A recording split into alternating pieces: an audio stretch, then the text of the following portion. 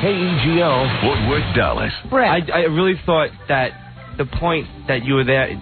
See, this is where I get tripped up. I thought that the point that you were the whole there, reason why you were there, it was like the purpose was served. Try not to use the word like. When you just go ahead and tell us your thoughts on the Donahue show, but don't use the word like. That'll be your assignment. Oh, now you're really going wrong. The point was... won't have my speech. The point was... Your point got across and more. You know what I'm saying? Like, you were there with Pam Antonelli and stuff like that, and I think the reason why you were there was greatly expressed. It doesn't happen. I'm amazed. Oh, come on, Robin. If English was your second language, what would you do? That's true. You're doing very well. Yeah, you were raised with English. He wasn't. Language. Yeah, you're doing quite well. I don't know if I could do that well with French. You know, he gets so nervous. I got to tell you, at first when we were in the elevator, I thought he was asking me to marry him. Because he was like, I want to say something that's going to be hard for me to say. I want to express myself very much. Because I was like, uh-oh, the guy's going to ask me to be his... He's going to ask me to be his fiancé. What are you doing in June? I said, this guy's, he's about to ask me to marry him. I know it, because this is how I was when I asked my wife. I know how you get in the mornings where you just like, if you're out of it, and then I start telling you something, you go, what, huh? Never too early for compliments, my friend. Oh, okay. Yeah. Well, he does tell me, you know, sometimes it's very difficult in the elevator with you. It's very tense in there. Very tense. Sometimes Gorilla will be in there, and he'll be looking me over my outfit for the day, and he'll go, those are really nice shoes. And I'm like, I go, don't look at me, Gorilla. Don't look, don't comment. Look at yourself. It's either that or it's like there's dead silence, and it's sort of like... Sometimes I'm in a bad mood. Yeah. Yeah, I know. It's hard, I just try to like, all right, his shirt looks good today. Yeah, but I don't like when you stare at me and look over my outfit. I try to stare down. I really do. Oh, boy. Good. That must be some elevator ride. Keep your eyes averted, will you? Good thing it's only the fourth floor. I know. Or sometimes the elevator doesn't come right away. Oh, boy, that's a brutal morning. And then he starts getting pissed. Damn it. Damn, what's wrong with this elevator? You want to now fix the elevator? Dude, you know what I don't understand? Seriously, hey, Gorilla knows what I mean. And you know it too, Robin. Sure. Here's a building. The whole building's empty. Nobody's here but us. I understand waiting for an elevator when the building is full. Right. Why am I waiting when it's empty? There are days in the afternoon when I wait literally 7 to 8 minutes. I've clocked it. I can't get down the stairs. There's a rush hour in this building. Yeah. And because now I know why. Because when the building is empty, you can't get an elevator. It's really bizarre. That's why I get pissed off, but it's not at you. I don't think it's just that I take it out on you. Well, but he takes it very personally. It's like 5 o'clock in the morning. Who wouldn't be like that? Right, you know? right, exactly. He comes in and goes, yeah, it gets very tense in that elevator sometimes. Yeah, it's very, very tense. And then I try to explain, but then the language leaves me, and then I get the thoughts in my head. I get the thoughts, but sometimes the thoughts and the thing and the... Well, it was very moving, Donahue appearance yesterday. Yeah, it was good, wasn't it? Yeah. Yeah. Yeah. Donahue will air Friday. If that's not one of his highest-rated shows ever. It was a wonderful show. It was a wonderful show. We'll tell you all about it. Well, you know what? It's funny. The Donahue people sent over the tape of the show just so that we could pull clips. Oh, wonderful. But I don't even know that there's a clip I want to pull, except for the morons in our audience who got in and were asking stupid questions. Well, Pam Antonelli was incredible. Yeah, she's really some lady. She's like, oh, wow. I wish she was my mom. Yeah, well, of course. At least this woman's not drinking beer all day. No, she's a sweet woman. Yeah. She's everyone's, like, the image of mom and apple pie. Yeah. You know what I mean? Yeah. You know, she couldn't tell a lie if her life depended on it. She was a real librarian. Yeah. Absolutely. Yeah. When she walked out, I was like, Central Casting. Yeah. Donahue, I'm sorry? She was the woman in the library you were afraid to go up to, and then she said, oh, no problem, and she just walked you through the whole library. It made you feel good about the library. Yeah, definitely. Obviously, you never visited the library. Yeah. You know, the woman at the library. The woman at the library. Say that word again? Library. There you go. Library. You know how to say it. The words elude you. Sometimes the words and the thing and the thoughts and sometimes just letters get caught. I thought about why I talk like that. Why? And when I was a little kid, I always had... That's why you talk like that. I always had bad sinuses, and my nose was always clogged, so I never spoke to my nose. My nose was always clogged. So I was always afraid. I was always afraid that if I spoke, the snot would come shooting out of my nose. That's why you can't put words together? No, that's why I talk. Like when Freddie imitates me, I'm like, wow, I really do sound like that. I don't breathe out of my nose when I talk. I see. So that's why you talk like that? Well, that's why my speech is like that. You think it's an intelligence thing? Why I can't Why I can't express my thoughts is another reason. But if the words aren't coming to you, that might be stupidity. It's possible. Right. Well, if not, might be a diversion. There's a lot of things going on in my head before the words come out. Maybe there's so much snot in your head, there's no room for your brain. You got snot instead of brains. I got so much brains, it's leaking out my nose. All the brains dripped out of it. Yeah, you blew your brains out. That's what it is. Yeah, now I understand. Achoo! There goes my IQ. Achoo! Achoo! I just dropped 30 points. 158. IQ. 140.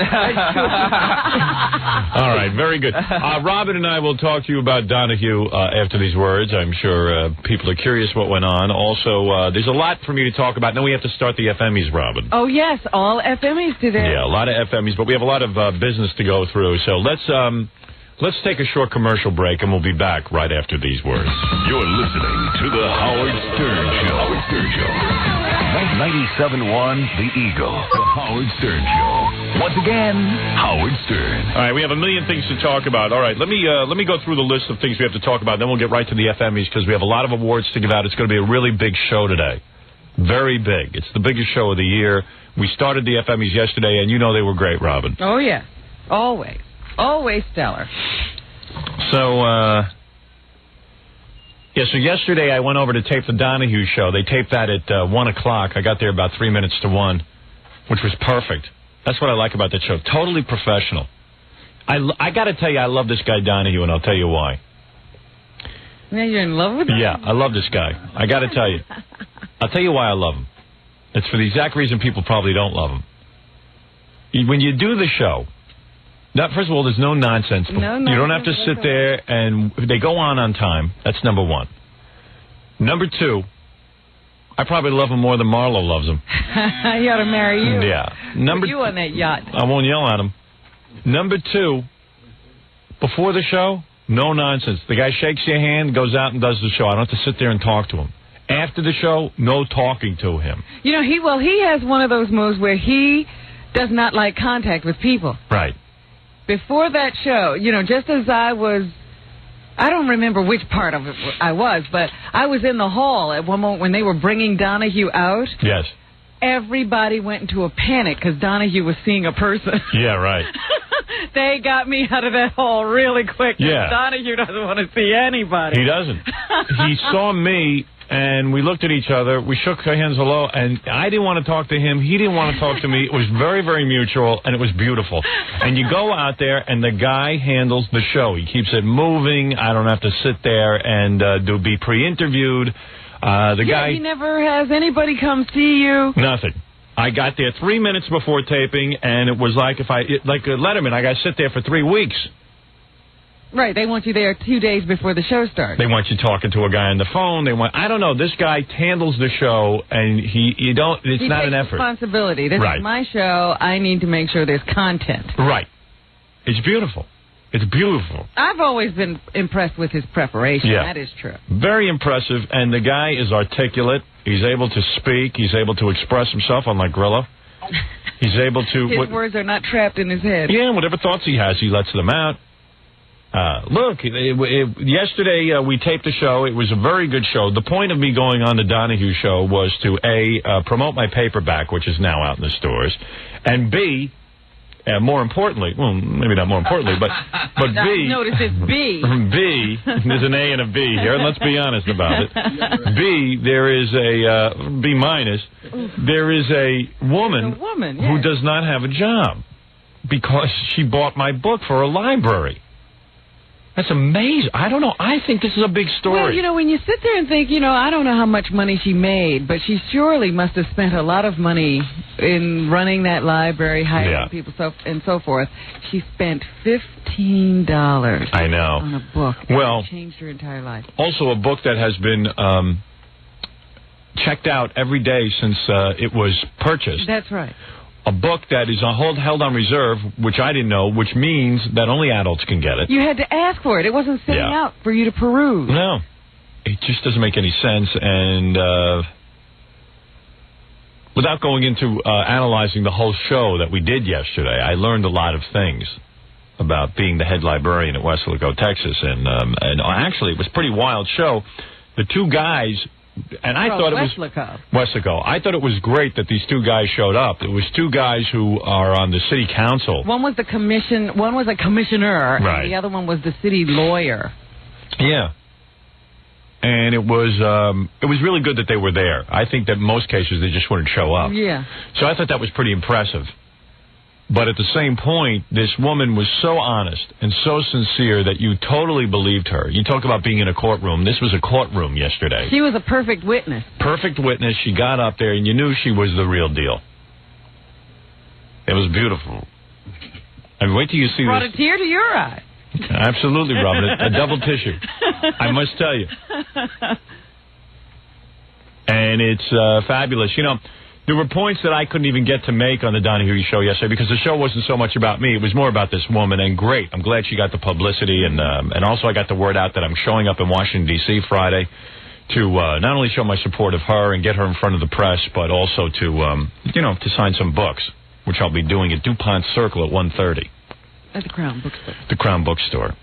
But I didn't even get to make the point. I said, this is my story. I'm being fined over $2 million, I think it is now, by the United States government. They want this company to fork over $2 million. My book is banned for no apparent reason. The cover is not offensive. I don't know what it is that they're objecting to. If it's the language, then they're hypocrites because there's so many other books with this kind of language. And the point I didn't even get to make yesterday on Phil's show, which I tried to make, but there was no time. You'll see the show and you'll see why. But even the last time I did the Donahue show, there was a station in Dallas that wouldn't show it. That's right. You never got to bring that up. Didn't get to bring it up. There were a lot of things I didn't get to bring up. But can you imagine? If you don't think I'm the target of some kind of weird Yahoo movement. I'd like to know who these Yahoos are. Where are they? Yeah, they're powerful. But you should tune into Donahue Friday. I strongly recommend you watch the show. You'll meet Pam Antonelli, and her story is riveting. Oh, we need more people like her in America. Yeah, she is the Rosa Parks of this show. Remember the black woman who went to the back of the bus and then went to the front of the bus? Pam Antonelli is our Rosa Parks. But just imagine what the world would be like if everybody was like Pam Antonelli. Oh, Rob. Sweet. It'd be great. Honest. There'd be no jobs for librarians. There'd be too many of them. But there'd be too many libraries. There'd be nothing but libraries. Yeah, radio would be a wide open field. And you know how you always hear about those people who are in love with books? Yeah. This is a woman in love with books. Yeah, yeah. Her face should be on the dollar bill. When you see this Donahue on Friday, and I'm promoting the Donahue show because I think it's important for all of my fans to see this. Especially the ones who ask goofy questions at inappropriate times. Wasn't that funny?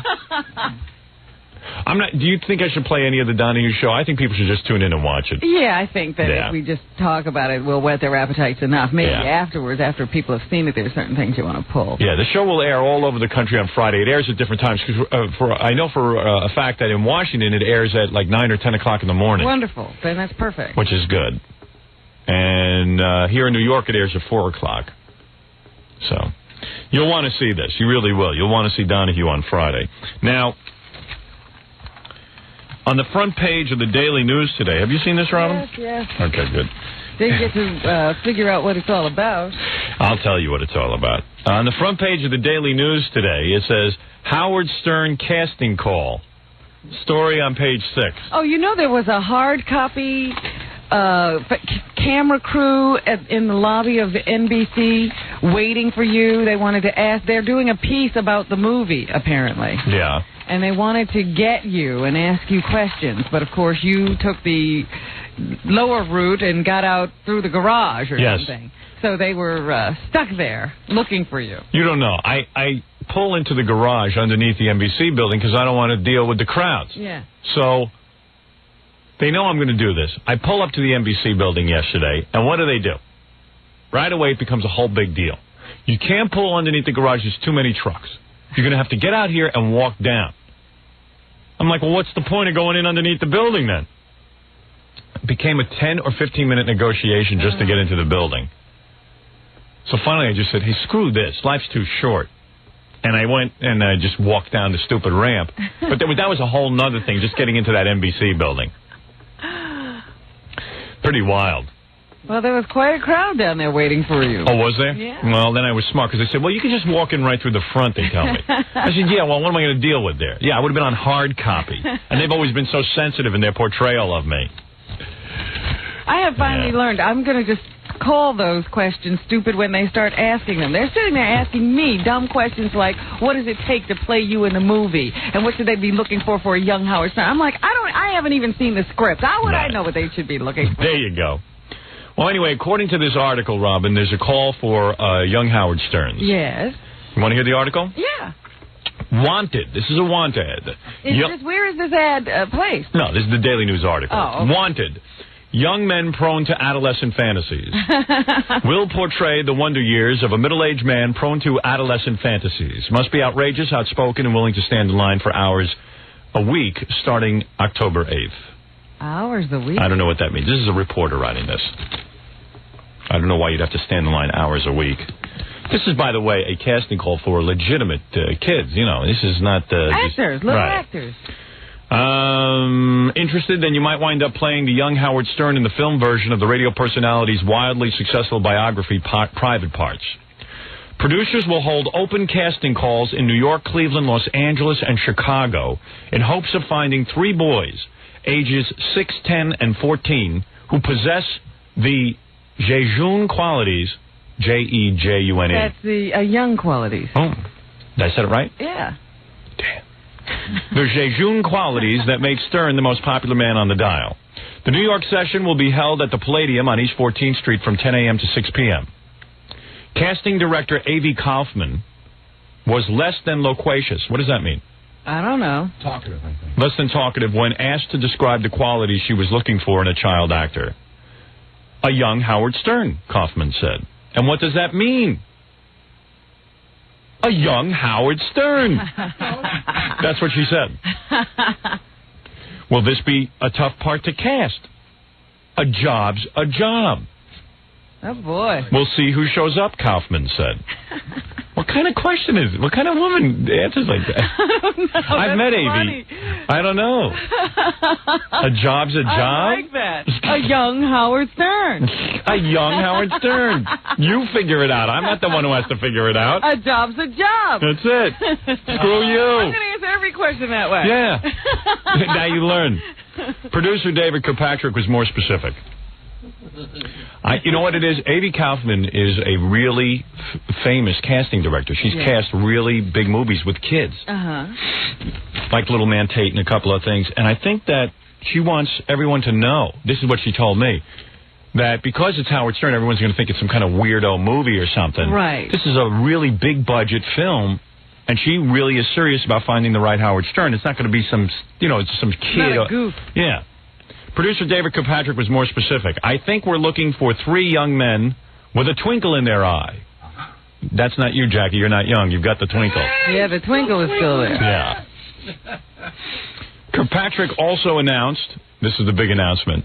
Fred, give me some drum roll. This is who my director is. Robin already knows. Oh, he gets to announce. Yeah, he's the guy who put up the money for the movie. You. Yeah, you're not. What about me announcing it? I found it out. I should have been able to spill it. What happened to 14 years of loyalty? How come I am not the You know how I love a bearer scoop? of this news? I love a scoop. Kirkpatrick also announced that, for anyone who thinks that I'm joking around about this movie, John Avildsen has been signed to direct Private Parts. Who is John Avildsen? Well, let's go through his resume. Where do I begin? Very good. Go ahead. Well, first let me read the rest of the article. Shooting is scheduled to begin in December. That's around our vacation. Quote, the great thing about John is that he has gotten good performances from so many people in their first movies, Kirkpatrick said. Sylvester Stallone in Rocky. Absolutely. Peter Boyle in Joe. Ralph Macchio in The Karate Kid. And how did Kirkpatrick snare a top director to work with movie newcomer Stern? John's son gave him Howard's book for Christmas, Kirkpatrick said, and he really loved the book. So there it is. Well, we have to thank his son. Yeah. John Jr. John. Anyway, so there it is. The director of my movie will be John Avildsen. Someone I've been... Congratulations. Thank you. That's wonderful. I'm real excited about it. This is a guy who... I met him a couple of times, and the guy's right on about the whole movie. Yeah? See, the problem with a movie is, unlike when, Robin, we do Buck Bongo Fiesta or our TV shows or even our radio show, we are basically the producers. Right. I mean, we hire people to produce, but we basically do all the material. And a movie, it's a little different. You've got to have a guy who, you know, understands the book, understands the material. You need someone who has your mindset. Right. In that chair. Right, exactly. Because I don't know how to direct a movie. I don't know how to tell actors what to do. Will. I will. I'll be directing within the first 5 weeks of principal photography. You will direct your next film. Right. I can't be that hard. But John Avildsen is someone who every one of his movies, winners. The guy's an Academy Award-winning director. I mean, a lot of people would give their left nut to work with this guy. Mm-hmm. For example, one of my favorite movies of all time, the first movie he directed, I think, was Joe. Yes. And I love that movie. Yeah. If you've never seen that movie, it's really cool. You should rent it. It's really cool. And then... well, Rocky was... the first Rocky was, to me, one of the most perfect movies ever made. Great storytelling. In each one of these movies, great stories were told. But you just take that first... That was a first time... You know, Sylvester Stallone had written that script and carried it around under his arm for years. Yeah. Nobody ever wanted to cast him in that part. And look at the performance he got. It was an incredible performance. Right.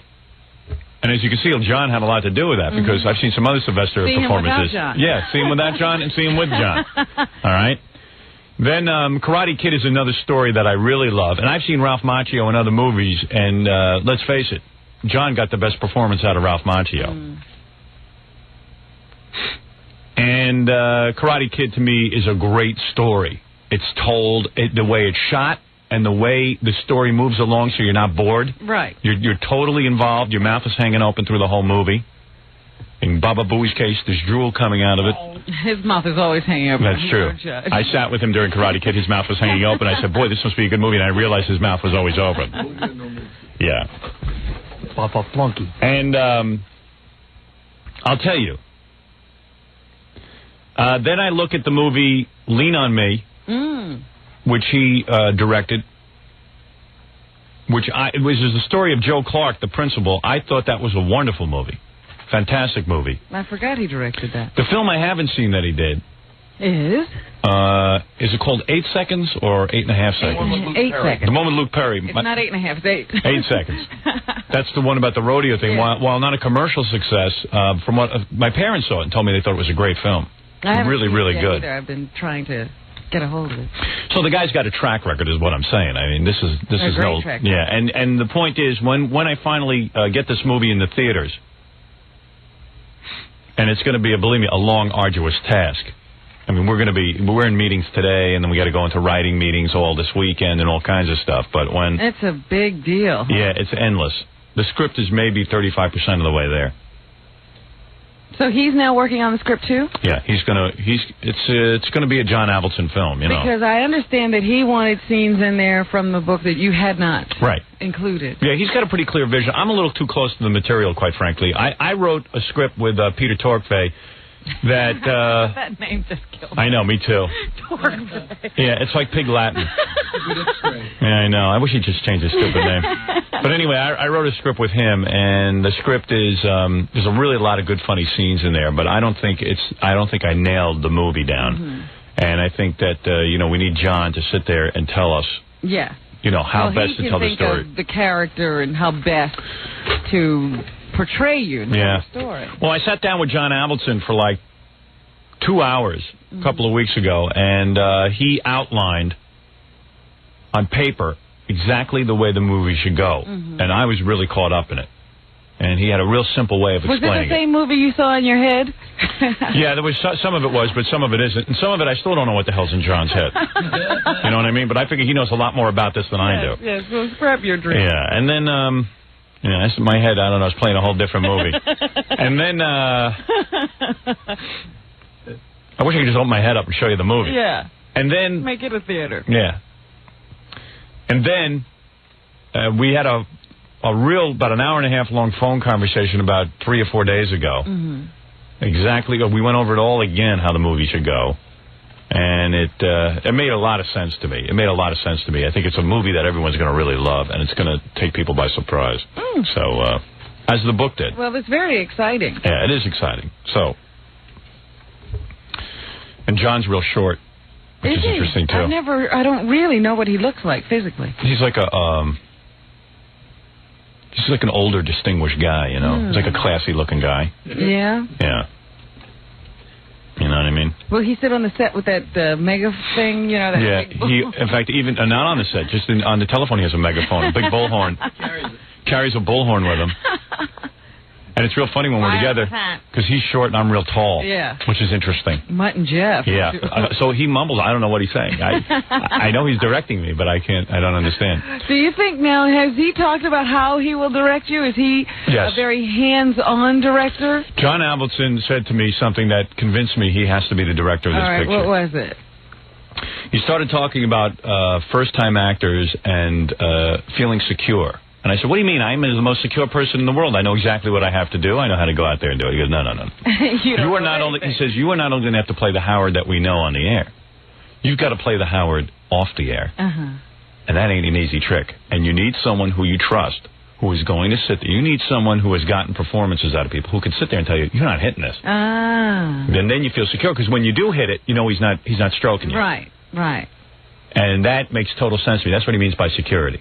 Oh, I can understand that perfectly, but I was just wondering, is he going to do that? Is he going to say to you, no. Oh, yeah. I don't want that. This is not the type. You're not nailing this. This is what I need here. Most producers don't like John Avildsen, I would suspect, because he is so strong-headed, and that I like. I like a strong-headed person. I like a person with a point of view, and he's not afraid to express it. Fine. So I like that. That's what I was wondering. I didn't want some pussy. Oh, that was beautiful. No. I didn't want some pussy directing my movie. But I do think he'd also be capable of giving me the emotional support when I do a good scene that he would say, brilliant. You know, that I need too. Oh, you do? Yeah, oh, yes. Constantly. In fact, he told me a little story. First day on the set, he kicked Stallone in the nuts. Is that right? That's how right. you got that from? Oh, yes. It's fantastic. What'd you do that for? Yo, Adrian. What'd you kick me in the nuts for? Because I told you to say, yo, Adrian, you retard. Yo, Adrian. Oh, that's it now. Good kick in the nuts. I thought I said that. Exactly. In fact, you know, Stallone doesn't talk like that at all. It was because he was kicked. That was the John Avildsen genius. So anyway, this will be a John Avildsen picture. And, Robin, I see you glowing because you know your man has now arrived. Absolutely. That's right. You like this. You are very pleased. Wonderful. You are pleased with the choice of director. That's right. You thought I was going to come in here with some I thought you'd be a first-time actor with a first-time director. Right. And believe me, it wasn't going to happen. All right. I wasn't going to let it happen. Good. That was not going to happen. There were many candidates. Let me say this, too, Robin. You don't want to even tell me who else you talked to? No, because they were rejected. Oh. So if they are rejected, it is not right to announce their names. Well, maybe they weren't rejected so much as just John was more accepted. No, the others were rejected. John was more acceptable to me. To me. You understand? Maybe not to everyone else, but to me, John was most acceptable. Was the guy. I believe in him. All right. Now, do you expect to have classic fights on the set? No. I will win every fight. First of all, I think I could beat him up. That's number one. So I have the physical threat. He probably could kick my ass. Because, you know, there are some directors who are, I don't know what John's, I've never heard anything about him, but there are some directors who are incredibly sadistic. And in order to get a performance, they play all kinds of tricks. Yeah, well, I've heard stories about John. John's no pussy. I mean, John will he will make a good movie whether it kills me or not. So, I mean, I don't expect this to be easy. I know that there are several companies who have been negotiating for the behind the scenes. You know, they shoot behind the scenes. Yeah. And already there's more interest in that than the actual film. Film that you might put out. Because I'm sure it's going to be like the Beatles' Let It Be, where they almost throw each other off a roof. Right. So it'll be quite interesting. War. Yeah. You won't even be talking at the end of it. Yeah, who wants to talk to the guy anyway? He's not all that interesting. I can see your acceptance speech now as you pick up your Oscar. Yeah, exactly. Son of a... You know what I got to get? I got to get a tape of John Avildsen accepting his Oscar. Okay. I want to see that. All right. That's cool. That sounds like we could play that. you could do. And now Howard Stern's director accepting his Oscar. Plug your name. Yeah, plug my name in. Instead of Sylvester Stallone, I want to thank Howard Stern. But John sees a very clear story here. In fact, he sees it in terms of Rocky in many ways, and Karate Kid. Do you have any, I don't know what the script entails now, but you told me it ran the gamut of emotions. So there are scenes that require tears? Well, let's put it this way. The screenplay I wrote required no tears because I don't want to cry. You don't want to cry. John's screenplay is going to be a lot more raw. Oh. A lot more raw. He feels that the audience wants to see. They know the Howard today. They want to see the anguish. They want to see devastation. They want to see what Howard Stern's personal life is like. By the way, there's a fabulous scene that John Avildsen insists on where I punch meat. I actually go into the refrigerator and punch the meat. No, it's Rocky. This time, I'll be punching different meat, if you know what I mean. You'll be doing the crow stance. Well, I'll be doing the crow stance at the end. I might do karate at the end and then have a fight scene. Imagine Avildsen goes senile on me, and I'm there in the crow stance, and I'm trusting him. Or crane, whatever that I'm in the crane. Pat Morita runs in. Grasshopper. No, you do that wrong. Watch it the car. I'm thinking of remaking Karate Kid. I'm going to say to John, let's chuck this movie and let's do Karate Kid, and I'll just play Karate Kid. Man. Yeah, Karate Man. And we'll do the same screenplay. Wash the car, wax the floor. Yeah. I'm not washing any car. I'm a big star. You wash a car. You wash car. You wash car. You want to learn karate, you wash car. Now you get a cross dance. But anyway, I'm very excited about working with John Avildsen. Mm-hmm. But I'm just, because I just keep getting these wonderful images of people who've had to get these very emotional performances out of people and what they do to them on the set. Yes. People don't know what torture actors go through sometimes. Well, I'll kick his ass if that happens. But John Avildsen is here in New York, and in fact, we're meeting later today to have, discussions. Yes. Constant discussions. Now, when you're sitting there, do you have the script in front of you or not? Not today. Tomorrow we start that. I see. Yeah. Tomorrow we start that. Is Peter Torkvey still? Peter Torkvey is in town, standing by, if you will. He's still involved. I know he's standing by. But Peter Torkvey is always like, am I still in this? He's constantly, he doesn't know what's going on. I said, no, you made the first cut. You're in. You're in. Torkvey's a good man. Yeah? Yeah. What has he done? Did you tell me? Oh, yes. Caddyshack and guarding tests, a couple of different things. Who knows? You're probably making it all up. Probably just escape from a mental asylum. Yeah, I know. Well, look at guarding tests. I checked. Don't worry. I checked to see who wrote that. Anyway, there it is, Robin. Very exciting news as I enter my movie career, surrounded by only the best in the business. This is going to start some talk. Yeah, this will. Here? Yeah, it's an Avildsen picture. Whoa. Oh. Wow. I guess they are for real. I guess it is legitimate. I think people thought I was going to make like a porno film like the John Wayne Bobbitt movie. Or something like really raunchy Porky's. Yeah. Like that. Butt Bongo 2. Yeah. Butt Bongo in the movies. The Butt Bongo movie. Yeah. I bet you there are people committing suicide in Hollywood right now over this announcement. I'm very disappointed in me. All right. We got to take a break. All right, so I discussed Donahue. I told everyone to watch that on Friday. Be sure to watch that. It's a pretty wild show. I mean, it's very moving. Also, I've announced there's a casting call for Little Howards. All over the country, it sounds like. They told me to stay away from it, but I might have to just peek in or something. I don't know. I just can't imagine. Wouldn't you like to see who shows up to who thinks that they could actually play you? It's very difficult. It's very weird to see that, like, they'll be casting a 6-year-old Howard Stern and a 10-year-old. Oh, and I was living this life. What they're going for physically. Oh, boy. Well, you know what? That's weird. They made me give them all these pictures of me as a little kid. Yeah. I said, who cares what I really look like as a little kid? I think you ought to base it on the guy that I am now. Well, that's true. I mean, when they get a little... I don't know what Woody Allen must have looked like as a child. Right. But they always get somebody who looks like him now. Right, exactly. That's my point of view. That's the comedic point of view. Yeah, see, that's what I was wondering. Are they going to actually get the real you because you were like a cute little boy? Yeah. And then, you know... And watch me get ugly? Yeah, watch my hormones kick in? Because I start out at 6 as a pretty cute kid in real life. I think right from the get-go they ought to get some weird-looking kid. Get some kid with, like, no arms and legs, you know? I tried to get them to shrink me with computer animation so I could play all facets of my life. Yeah, all phases. Just get those, you know, like huge chairs. Yeah, giant chairs. Oh, there you go. You just blow up the set. Everything gets real big, and you're the little kid. Hey, Mom, I'm home. Yeah, I was thinking that'd be pretty cool, but I don't know. I guess nobody... That's a different movie. That's a different movie. That's not the movie they want to make. That's not a John Avildsen film.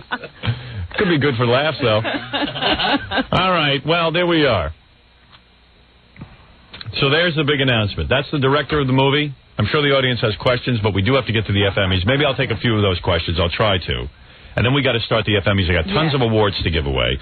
And people are waiting. And don't forget on Friday, that's tomorrow, I will be in D.C. to sign books. I will sign the hardcover as well as the paperback. Okay. All right?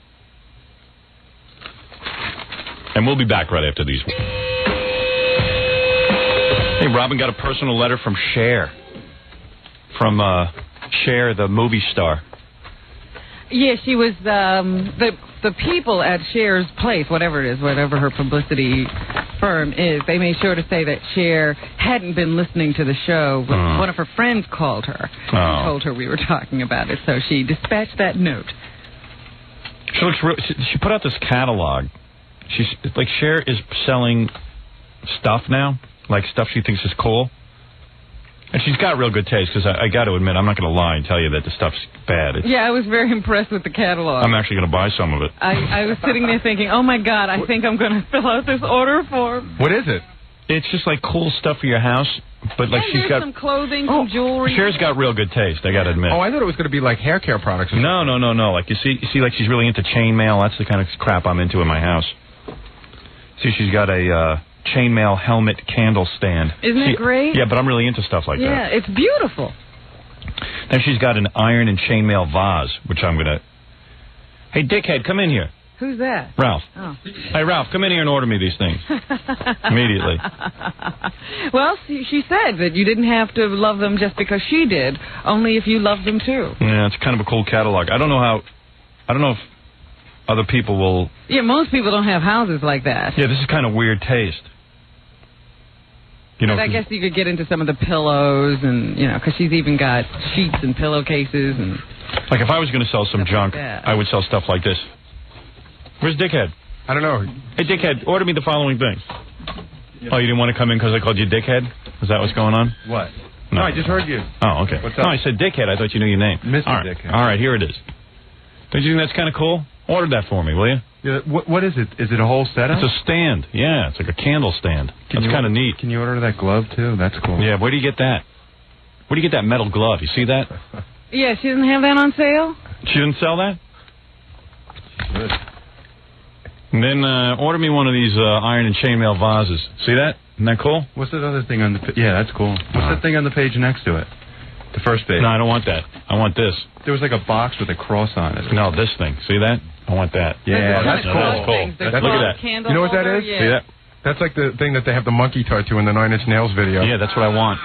What's that thing on the other page? Is she really selling this stuff, or is this a goof? That's some cool stuff. It. I want to see that.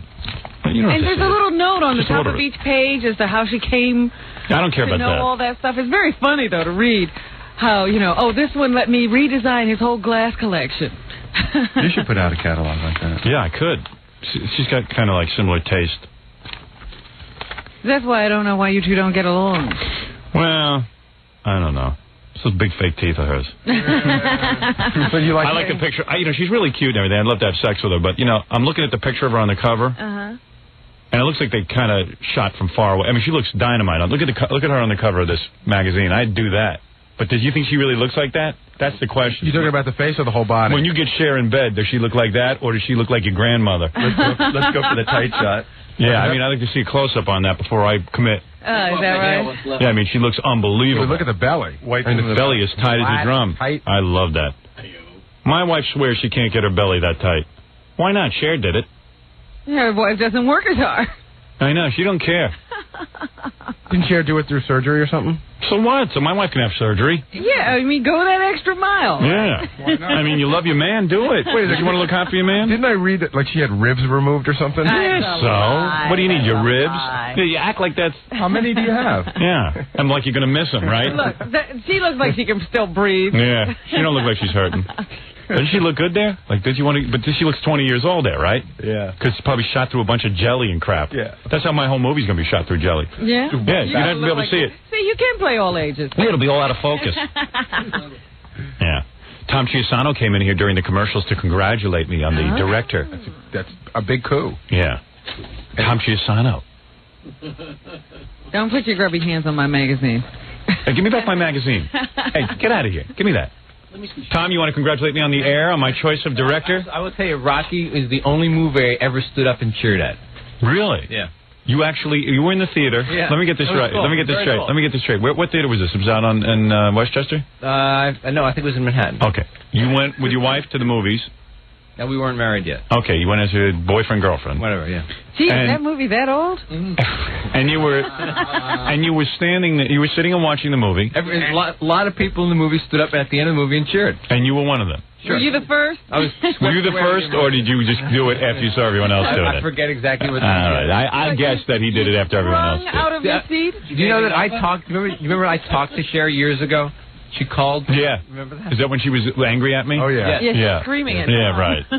Yeah, why was she mad? I can tell you exactly. Because we called her boyfriend Bagel Boy. Yeah. Worse than that. What? Remember we did a phone call where it was obvious parody. Fred Yeah. was in another room, and Fred was the bagel boy. Yeah. And he was talking about how he was trying to harness his powers because Cher taught him how to do that. Yeah, right. And Cher must have heard about it. She was calling and saying, "You better make sure that that's an obvious parody. I don't want anybody to really think Exactly. that's." And then we sent her the tape, and then we never heard from her. She was very nice on the phone, actually. Was she? Yeah. I got her first. You think she looks that? Show Tom the cover. You think she looks this good? She don't look this good. In real life, she don't look that good, does she? I'm gonna buy some crap from her stupid catalog, but it's cool stuff. She looks great. She looks great. Yeah, but that's like a 20-year-old Cher, right? You just see if you can buy the photographer who took that picture. Yeah, tell me who took that picture. I need the same guy. It is a long shot, as Jackie said. Yeah. I think the camera was on another continent. Yeah. No, they put the camera in a plane and it was flying over Cher's house. I think the real Cher is probably on the left. Yeah. Yeah. There you go. Hold that up. There you go. Remember when she did those infomercials for the hair care lady? Yes. She looked great in those. Yeah, I don't know. She was wearing a wig and she had those big fake teeth. I thought she looked great. Yeah, but she even looks good in that, the video where she's got that little strip going over her private parts. I wonder what it'd be like to have sex with her. She's sexy. I would Think imagine so? it's good. I imagine it's good, but wouldn't you be thinking about the other guys involved? Greg Allman, Nope. and I would. Why? Nope. You guys wouldn't? No. You'd be thinking about Cher. Huh? Right, you get caught up in the moment. Please. I don't know, man. Maybe you think about him afterwards. It'll be a little foul. You know what I'm saying? After, not before. What are you talking about? The human body cleans itself. She got It's a not like they're all shower. still She's there. kind of old, man. It might not be cleaning that good.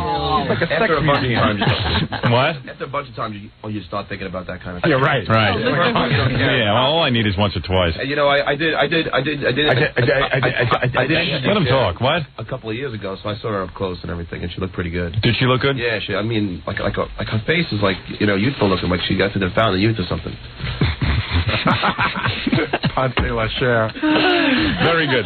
Well, am I supposed to be doing something? Yeah, now? we're going to talk to a guy on the phone. Oh, yeah. This is good. Before we start the FMEs, Robin, Yes, what's that we'll everything do? is before we start the The episode. time, you didn't think I'd have a big director like that, huh? John Avildsen. Oh, absolutely. You didn't think I could pull that off? No, not true at all. Mm-hmm. You got the Not greatest true at all. general manager. Why wouldn't you have the greatest That's director? true. Me. How That's would you true. know?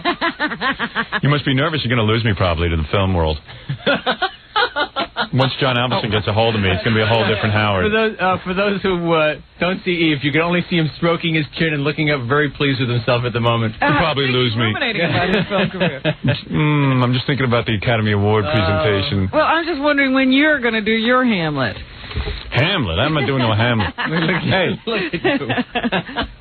Hey, Talking about the peacock. yeah. Got to admit, you met John Avildsen. I had John Avildsen up to the station.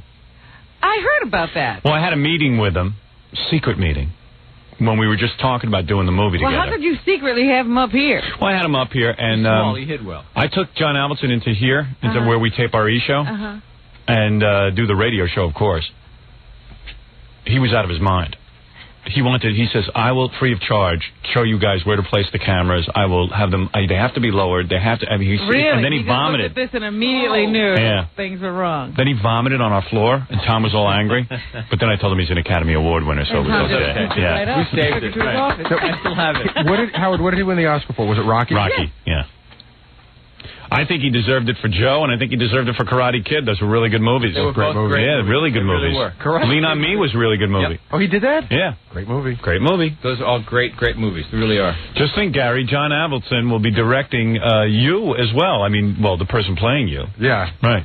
The moron playing you. I probably won't even I be don't know allowed. how he can be true to life. I probably won't even be allowed near the set. No, you won't. How do you evoke a Gary out of somebody? Yeah, they don't want the actor to be thrown by seeing Gary. They're auditioning Rhesus Monkeys right now. Yeah, right. Have you cast the dynamic general manager yet? You're actually in it. Tom Brokaw. Yeah, you are in it. I mean, your name, your character, if you will. Warren Beatty, something like that. I actually yell at you in the bathroom in the movie. The scene I wrote, anyway. Yeah, I yell at Tom in the bathroom. Great. I'm nice to him to his face, and then as he walks out of the bathroom, I start screaming at him. That's you. That's me. That's you. Yeah, people will be very enthusiastic about this movie. No, and he did the movie 8 Seconds. Anybody see that? No. Luke Perry? Yeah, it was a great movie, but it was only in the theater for 8 I'm seconds. going to watch that this weekend. Yeah, right. I got to get a hold of that. All right, anyway, thank you, Tom, for your congratulatory words. Look, you have me. You deserve a director like John Avildsen. Thank you, Tom. Thank you. Hopefully, John Avildsen will get me away from you. That's what I'm banking on. Well, there it is, Robin. Obviously, a lot of excitement on the air. I should probably take a walk around the station as the king of all film world. That's right. That's true. But we have a triumphal walk. We have way too much to get to. Who is this on the phone? Well, there is a man who is dying who needs to thank us before he dies. He's literally days away from death? Well, hopefully, yes. I hope I'm not being... I would say maybe not days, but certain... more than days, less than months. Probably weeks. Weeks. That's what he sounded like. Wow. Can we speak to him next? Absolutely. We will speak to him next as he says farewell to us. Yeah, because we don't want him to drop out before we get to him. And he will tell you how great we are. I'll actually send him the rushes of my film because he probably won't be around to see the whole thing. Do you think it means more when a person who's dying says you're great than a person who's going to live? It makes us seem like better people, the fact that someone who's dying says how great we are and how we helped prolong his life. Dying people don't seem to deal in frivolous things. This must be important. Right. Okay. Okay? Very good. Right. When you're dying, if you're taking the time out to tell us how great we are... You must concentrate on the things that are most important, right. I suppose. That's right. Think we have time to talk to him, or should I discuss my star on Hollywood Boulevard? I want to pick out a spot that's appropriate for a man of my stature. All right, we'll take out a few minutes for this guy. And then when we come back, Robin, also the FMEs. Everyone is waiting for them right after these words.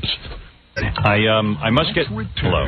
Thank you. To the Howard Stern Show. All right, we're about to get to the FMEs, but quickly, there's a guy on the phone. He might even be dead already. I don't know. We've waited... It took such a long time to get back. Sir, are you still there? I am here. Good morning, Howard. All right, now you have the dreaded AIDS? Yes, sir, I you do. I have complications right now, many of them that are affecting me. Now, did you receive this through bad meat in the can or through blood transfusion? No, sir, it was sexually transmitted. Bad meat in the can, huh? Yeah. No? Heterosexual sex or no, the other kind. Homosexual sex? Yeah. Oh, boy. Oh, boy. How old were you when you... It was a failed condom. Oh, boy. How old was I? I suspect I was infected about 23 years old. Wow. Wow. So, it hurt twice. I mean, not only getting the AIDS, but how you got it is got to be... Not 23. I don't really exactly remember the year. Who cares? But I'm 39 now. It's all right. It's a technicality. Yes. Gary, get me a plastic bag for the phone receiver. Let me tell you something, my friend. Yes. Because of this show, tell me how your life was made better. Thank you. Well, ever since I discovered you last year... Oh, it was just last year? Excuse me? What a shame you only discovered us last year. I know, it is a shame. It is a shame. I wish I had discovered you sooner. It's one of the few joys in life. Laughing. I watch you on the E! channel. I tape your E! programs. Thank you. I paid for your pay-per-view special. Thank you. I bought 2 of your videotapes.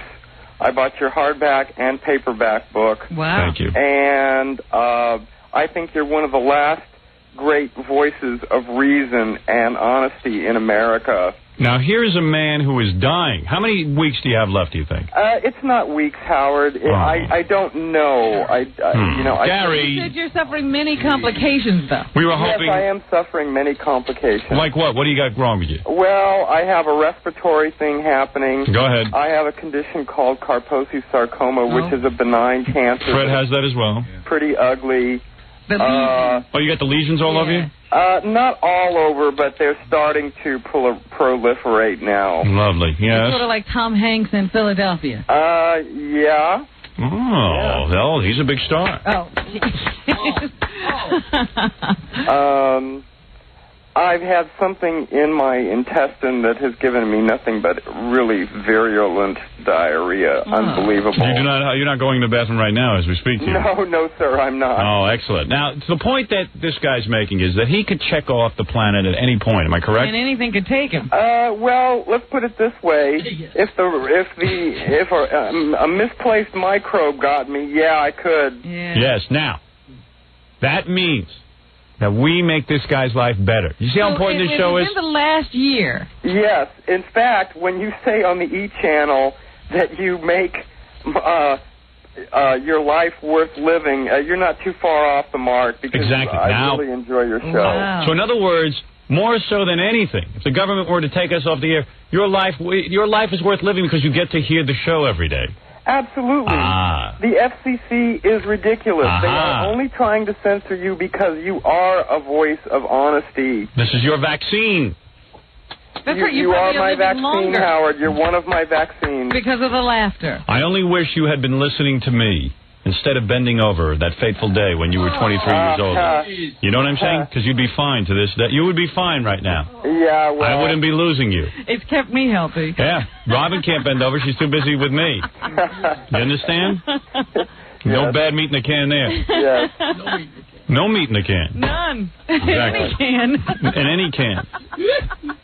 Well, it happened twice, but thank God you're all right, But I Robin. gave it up after the show. Did you have a condom during those experiences? This was long before. Long before what? No, it wasn't that long. Long before AIDS. It Really? was, I don't know about this that. was my young years. I see. When I was experimental. Yeah, we need a woman to play Robin in the young years. I want to see that. All right, so there you go. Here is a man who is dying. And it is important for him, more important than anything. Imagine he has a lot of important things to take care of. Yes, sir, I do. And he has to tell us that our show is important to him. Well once again... Let me ask you something, because I do wonder. Now, are you there alone? Do you have a life mate who's hanging by you? I am being taken care of by my mother, who is one of the most wonderful people in the world. Well, yes. Good, I'm glad you have her. Yes, thank God you have her. It's not like the movies. Life mates usually bail on you. Yeah. Yes. Your life mate bailed on you? All my friends bailed on me. Of course. Well, people watch Philadelphia. They think that people hang Antonio around. Banderas is supposed to be there with you. No, it doesn't happen that way. Most people just book out. Right. As I would. I'm a heel. All right, listen. Good luck. Call us right before you go. Ask a question. He doesn't have the power to fight you. All right, go ahead. What is it? Who does your vocalizations, Marge Schott and Kurt Waldheim Jr.? That would be Fred and Billy. Fred and Billy. They're geniuses.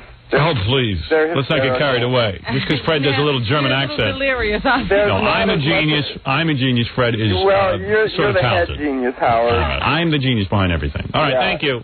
And Robin. All right, it's time to hang up on you. You're annoying me. He wants to say something to me. Oh, Robin. Oh, please. I can't believe you did that to me. Who wants to hear about you two?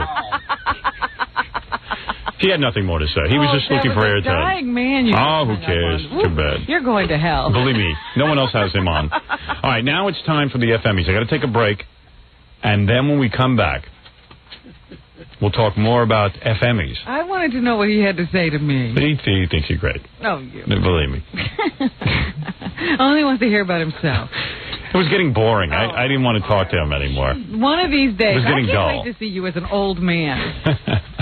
When nobody has time for you. Oh, come on. Don't say that. Nobody wants to see that. All right, let's take a break real quick here so I can get to the FMEs. You're listening to The Howard Stern Show. Every Snapple flavor is unique and wonderful. What a great product Snapple is. Snapple teas, drinks, and sodas. Oh, I love it. I love it. Great company, Snapple. Those iced teas taste like you brewed them yourself. At home. Natural. Wholesome. Delicious. What is it, Fafa? Right before I walked in the studio, I'm in the middle of drinking a Snapple. Is that what you do out there? I didn't know that. I drink a diet iced tea. He was kicking back, having... No, I didn't kick back. I was.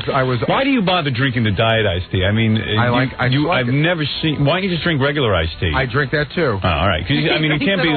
He eats like crazy, and then he has a diet Snapple iced tea. You should have seen him at Donahue yesterday. Right. He wasn't there for you. He was there for the food. There was food at Donahue? Oh, good food. Where? You walked into your room, and then you walked right out, but there was food in the room. What was in there? They had, like, grilled chicken. They had, like, little health pizzas, and then brownies.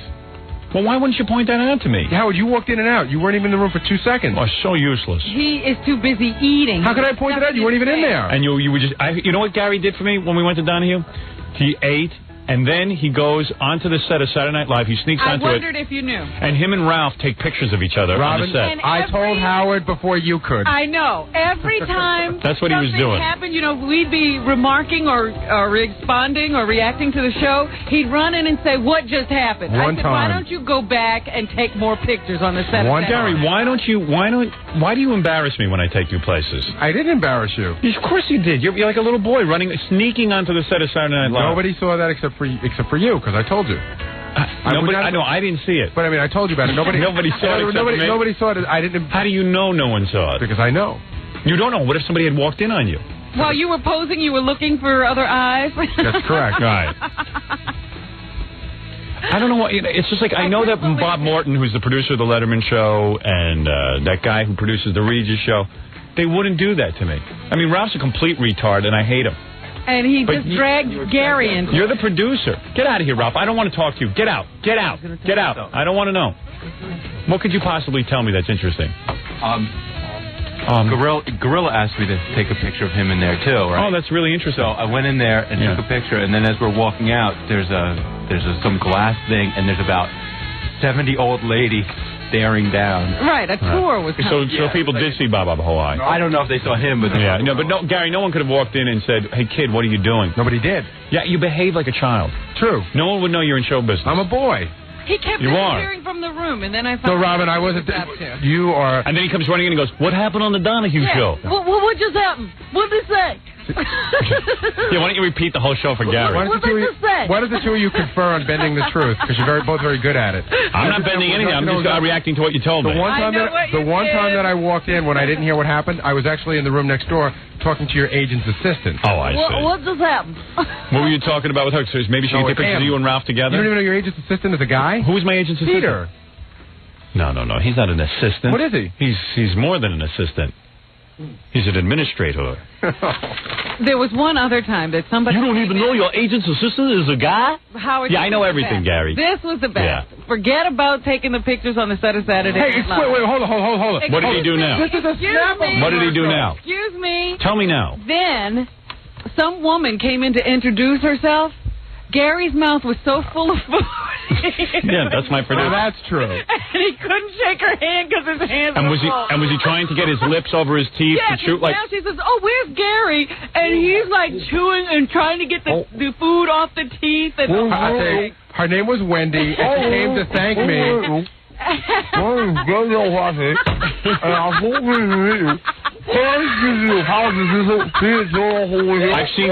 I've seen Gary. Not far from the truth. His mouth is full, and like all of a sudden he realized his huge teeth, he can't chew quickly. That's right. And his gums and teeth have to be covered by his lips, and this whole shutdown process goes on. And he's like, and then he holds up one finger and he goes, "That's true. That is true." Like 1 minute, I'm chewing. You're leaving an important part out. You're leaving out the way my eyes flutter while I'm chewing. And then you have to start licking your teeth to clean off your chops. That's absolutely true. Yeah. Like the worst. And he's like, working. And it's like, this is, I'll do this for the E! Show. Here, this is Gary eating, all right? And someone interrupts him, and he's like, and then all of a sudden someone says, "I got to talk to you." And he goes, and then...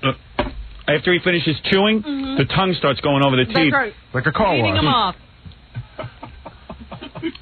and this takes about a good 3 minutes. No, it takes about 45 seconds, but it seems like 3 minutes. Because they're standing there staring at you. What is it, John? No, because when I got back there, when I first saw Gary, he was stuffing his face with all that food. Yeah. And one of the moves you got to do with Gary when he's eating is like you got to stay 3 or 4 feet away from his face because when he eats, projectiles always fly out of his mouth. That is so not true. No, yes it is. I'll admit to everything. Gary, projectiles do not fly out of my mouth. Wait, here's Gorilla. He wants to say something. Some NBC security guy just called up and said to have Gary on Zafralin's camera, and they're bringing the videotape over. Is that true? Oh, that's great.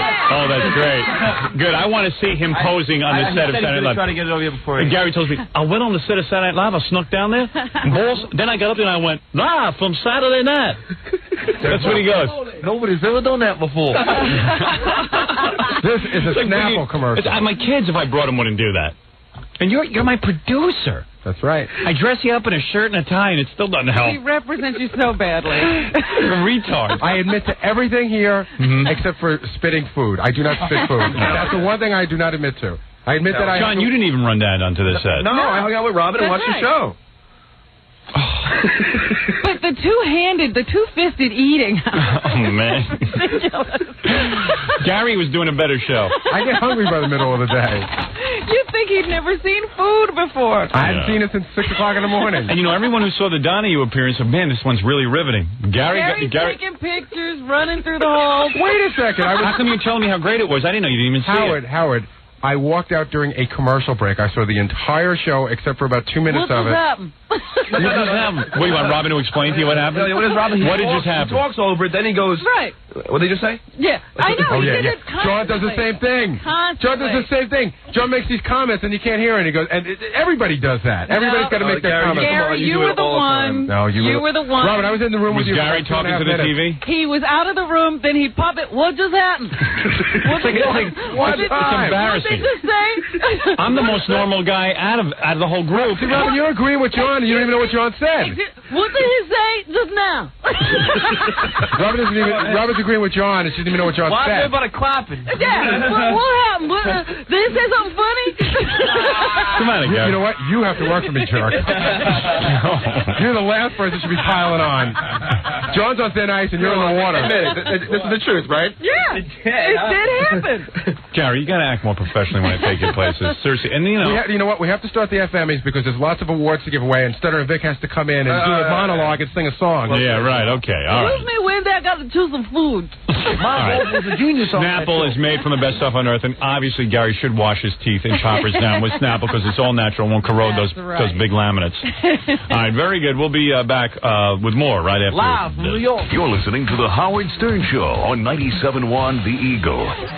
And now I take you to the FMEs, Robin. Still in progress. Welcome to the 34th Annual FME Awards. Thank you. Starring Howard Stern. Thank you. And Robin Withers. Also, Good afternoon. the hundreds of performers, Good morning. celebrities, Good and evening, good newbies morning. that helped make radio history during the past year. Arnold Schwarzenegger, Fran Drescher. Hi, Fran. Howard Stern. Hi, Miss Howard John Stern. Bobbitt. Hi, John. Daniel Carver. Hi, Daniel. Corbin Burnson. Hey, Corbin. The Bee Gees. Bee Gees. Joey Buttafuoco. Hey, Joey. Madonna's sister. Hi, Madonna. Peter Jennings. And Vicky the Drunk. Hey, Vicky the Drunk. Ladies and gentlemen. All right. Idol of millions. Thank you. Media genius. Howard Stern. Thank you, Robin. You know, it was only 24 hours ago that I gave my opening monologue, and we're still here at the FMEs. Still remember? I hope people got to hear that yesterday. It was brilliant. And then Fafa Fooey did his song. You know, so many songs have been nominated this year for FMEs. I'll be playing some of those nominated songs. Wonderful. Lots of music in the FMEs. A lot of famous people in our audience. I see Siskel and Ebert. Which is the fat one, Robin? Ebert. Ebert, yeah. Look, they each have 2 thumbs up. Isn't that great? Boy, that must be uncomfortable. Robin, what am I talking about? I don't know. Hey, speaking of fat people, there's that fat pig, Rush Limbaugh. What's he doing here? I don't know. That son of a... Hey, you son of a bitch, you stole everything from me. I hate him more than O.J. hates DNA testing. Anyway, let me get to our award right now. Robin, this is for Best Foreign Accent of the Year. Okay. Who are the nominees? Our first nominee is Arnold Schwarzenegger. For Best Foreign Accent, Arnold Schwarzenegger producer. Well, first of all, at the time when I did have girlfriends, I was not as well known as now. I mean, don't forget that I have met Maria in 1977. Is that right? I've been since then together with Maria. And no other woman since 1977? It has been, well, I mean, I cannot say that. Really? In the beginning, we were going out just more dating. casual. I see. But, I mean, the only thing is that it is a relationship that grew all the time, and I am now much more in love with my wife than ever before. I think that I have the ultimate respect for her. She is the greatest wife. Oh, she's hot. No, she's hot. Fantastic mother. Well, hey, Robin, the competition is stiff this year. That was a good performance. Fellow action star Van Damme, Jean-Claude Van Damme, #1 at the box office right now, has been pitted at the FMEs. Van Damme, producer. The best way to do it, if that happened, it's very difficult because But they were divorced. when you love and you have passion and everything. Yeah. Are you that passionate? Yeah. Of course I've got passion. When you love, you know, I mean, you have passion. I've got passion for food, for women, for life, and I love life. Yeah. So if that happened, the best way is just to turn around and to, I'm sorry the expression, get the out. No, wait a second. I had to hit the button, yes. If it happened once, it would happen again. It would happen again, right. Yeah, you fast. Yes, I have to. Yeah. And, you know, that's a tough one. Yeah, tough category. Arnold seems to have a stronger foreign accent. You think? Yeah. Our third nominee is Bimpy. You'll remember our visitor who came into the studio the day we were looking for black people on the street to talk about the O.J. Simpson case. Bimpy, an African man. Bimpy, an African man, right out of the jungle. We got him right in here. I don't know if he was from the jungle, Howard. Bimpy, producer. Hey, how you doing? I'm fine. All right, I'm doing a survey of black people today. Right. What do you think about the O.J. case? Innocent or guilty? Well, there's nothing I can talk about this, you know, but it's really something that, you know, has really happened, you know. Fascinating. So you're saying what? I thought he might have some information he can't talk about. No, you're saying you don't want to talk about it? Well, what I'm trying to say is, you know, it's really something that has really happened, you know, and there's nothing that I can talk about. Oh, really? Yeah. Nothing you can talk about. But do you have a feeling if he's innocent or guilty? I mean, when you watch it on the news, do you think he's guilty or innocent? Well, I don't have enough time, you know, to watch in the news, you know, really. Oh, you don't watch the news at all? No, I watch news, you know, but it's once in a while, you know. So you haven't seen anything about the O.J. case? Well, I've really seen it. Oh, you have seen it? Yeah. So, but you don't want to comment on it?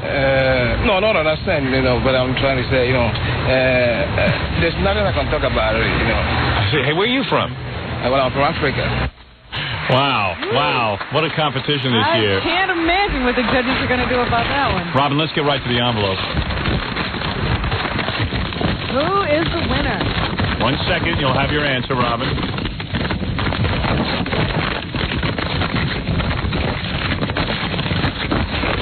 What kind of an envelope is this? Oh, it's these ridiculous manila envelopes, and Joke Man over there taped everything shut very hard. Robin, look. Oh, who is it? I don't know. I ripped it up so much I can't read it. It's Bimpy. And I see him here in our audience. Bimpy coming up to accept. There he is. Here he is. He's making it live and in person. The great Bimpy. Bimpy, of course, good to see you.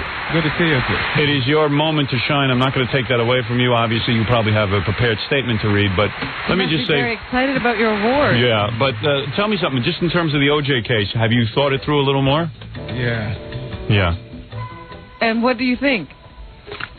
Oh, really? You know, I just wanted to tell you yesterday, you know, they were, you know, talking about the, you know, the blood test and, you know, how they tested the blood, you see, and it's really, you know, something that, you know, that last time I was talking about it, I can't talk anything about it because, you know, he says he's not the one who did it, right? And now it's really something that is going to be decided by, you know, God. God alone who knows. God is going to decide? You know, I'm saying it's really something that, you know, it's only God who knows what happened, yeah. Well, what do you think happened? If God came and asked you for some assistance. I think all you black guys don't want to say O.J.'s guilty, but I think deep down inside you think he's guilty, right? You just don't want to say it. You said something about the blood test, which leads me to believe you're thinking, oh, geez, O.J.'s in trouble. Yeah, why don't you want to say O.J.'s guilty? Oh, really, I can't say O.J. is guilty right now because But do you think he might be guilty, that he might have done this? What would be so hard about saying O.J.'s guilty? Hey, listen, in your country, obviously, when a man kills someone else, they have their way of dealing with it. Would they boil him and eat him, or just shrink his head, or maybe just drop him in a pit full of snakes? What would they do in your country? When if someone kills a fellow human, really, they just send him to, jail. Yeah. Jail? Yeah. In No Africa? death penalty? Yeah. They don't boil his head and eat it? Well, it depends. It depends on how the case. It's possible? Oh yes, Robin, you never saw Tarzan? Oh my. Oh yeah. Oh yeah. What, did you ever shrink a head? Excuse me. In Africa? Yes. What? Don't they make guys wrestle crocodiles if they like kill someone? In Africa? Yes. That's what I'm saying. It depends on how the case occurs. Yes. They have a death penalty, and All right, let's say some guy kills his wife. Some guy killed his wife. Like if Tarzan kills Jane, don't they like grease his grapevine there and let him slide off it? Slide off into a crocodile pit. No, but wouldn't the natives like boil them and stuff in a pot? No, that really happened. Did it? No. Now let me ask you. Really? They send him to a jail, or they send him to a death penalty. That's what he. But what about in a tribal situation? Yeah, in the tribe. I'm talking about deepest, darkest Africa, the deepest jungles of Africa. When a man kills another man, what do they do to him? Tell Robin. She don't even know. Robin, that's what I'm saying. Is she's been ruled by the white man. They send a fellow in a death penalty, or Right. How do they do it? Feed him to a lion? Don't they cover him with peanuts and drop him into a herd of elephants, or like tie him down and like put honey all over him and the ants eat him? No, there's none of that nature. No? Really? No. Don't bury him with the head sticking out? Where in Africa are you from again? I'm from Ghana. Ghana? I don't know. There's something wrong with that. I don't know what that is. Can't they like cover him with hair and sit him next to like a horny gorilla and like let the gorilla like rip him apart or something? They never did that? No, they never. You ever see a gorilla? No, I've seen gorilla. Really? No gorillas in Ghana? No. Really? No, they are in the zoo, right? Yeah. Yeah, I live in the city. They are in the zoo. Oh, you never go into the jungle? No, I never go in the jungle. Oh, you're afraid, huh? Yeah. So, Bimpy, listen, you won the award, you won the FME, you beat Arnold Schwarzenegger. Did we let him make a speech? We haven't. That's what I'm leading up to, Robin. I didn't mean to rain on your parade. It's just I'm always fascinated about life in the jungle, because the only exposure I've had is Tarzan. Yeah. Have you seen any Tarzan movies since we talked?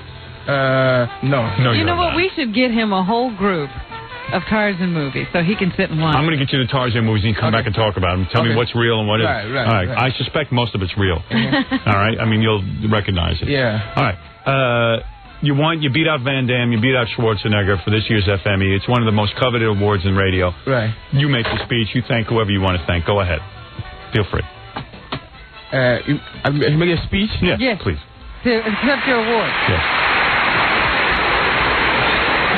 What kind of speech are you talking about? Well, you got to say thank you and thank a few people, I suppose. Yeah, maybe thank whoever you want. You won an award. Okay. All right, go ahead. Yes.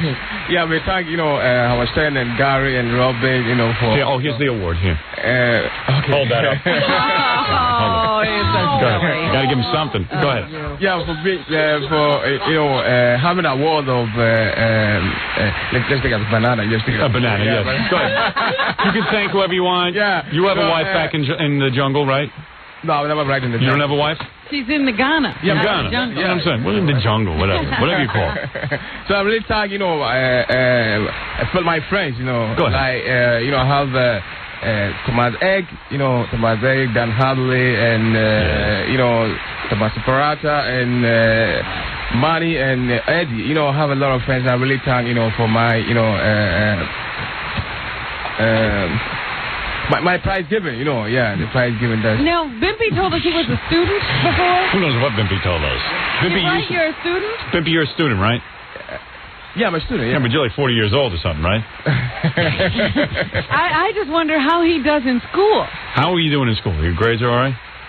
As of now, I'm not working now. I'm not starting. Oh, you're working? Yeah, I'm not working now. I see. All right. Well, Bimpy has made his acceptance speech. I'm not sure what he said. I don't know what he said. I don't think I know one word you said about the... I hope he's grateful. But you seem to be pleased about winning the award. Yeah, I'm really pleased about my award, yeah. And that's what I'm saying. I really thank, you people. Yes, us. Thank you. Yeah, thank you. Gary and, Have you been listening to the show now? My show? No, you have a show? When did you get a show? Everybody comes on here and gets a show. They gave one to Brenner, David Brenner. What did you? Have you been listening to the show now? No. No. All right. Well, listen. Why bother? But yeah, you got a streak going. You might as well keep. Yeah, he's a big CNN listener. All right. So in other words, you thanked everyone you want to thank. You.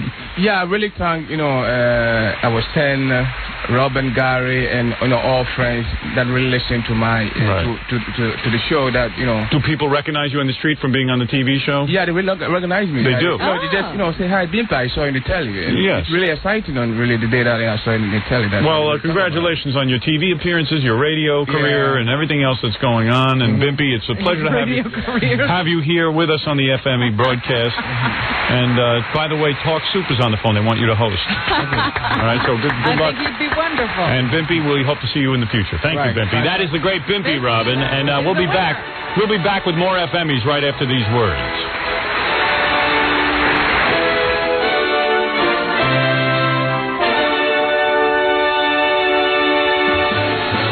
It's the 34th Annual FME Awards with the dark and tender Howard Stern.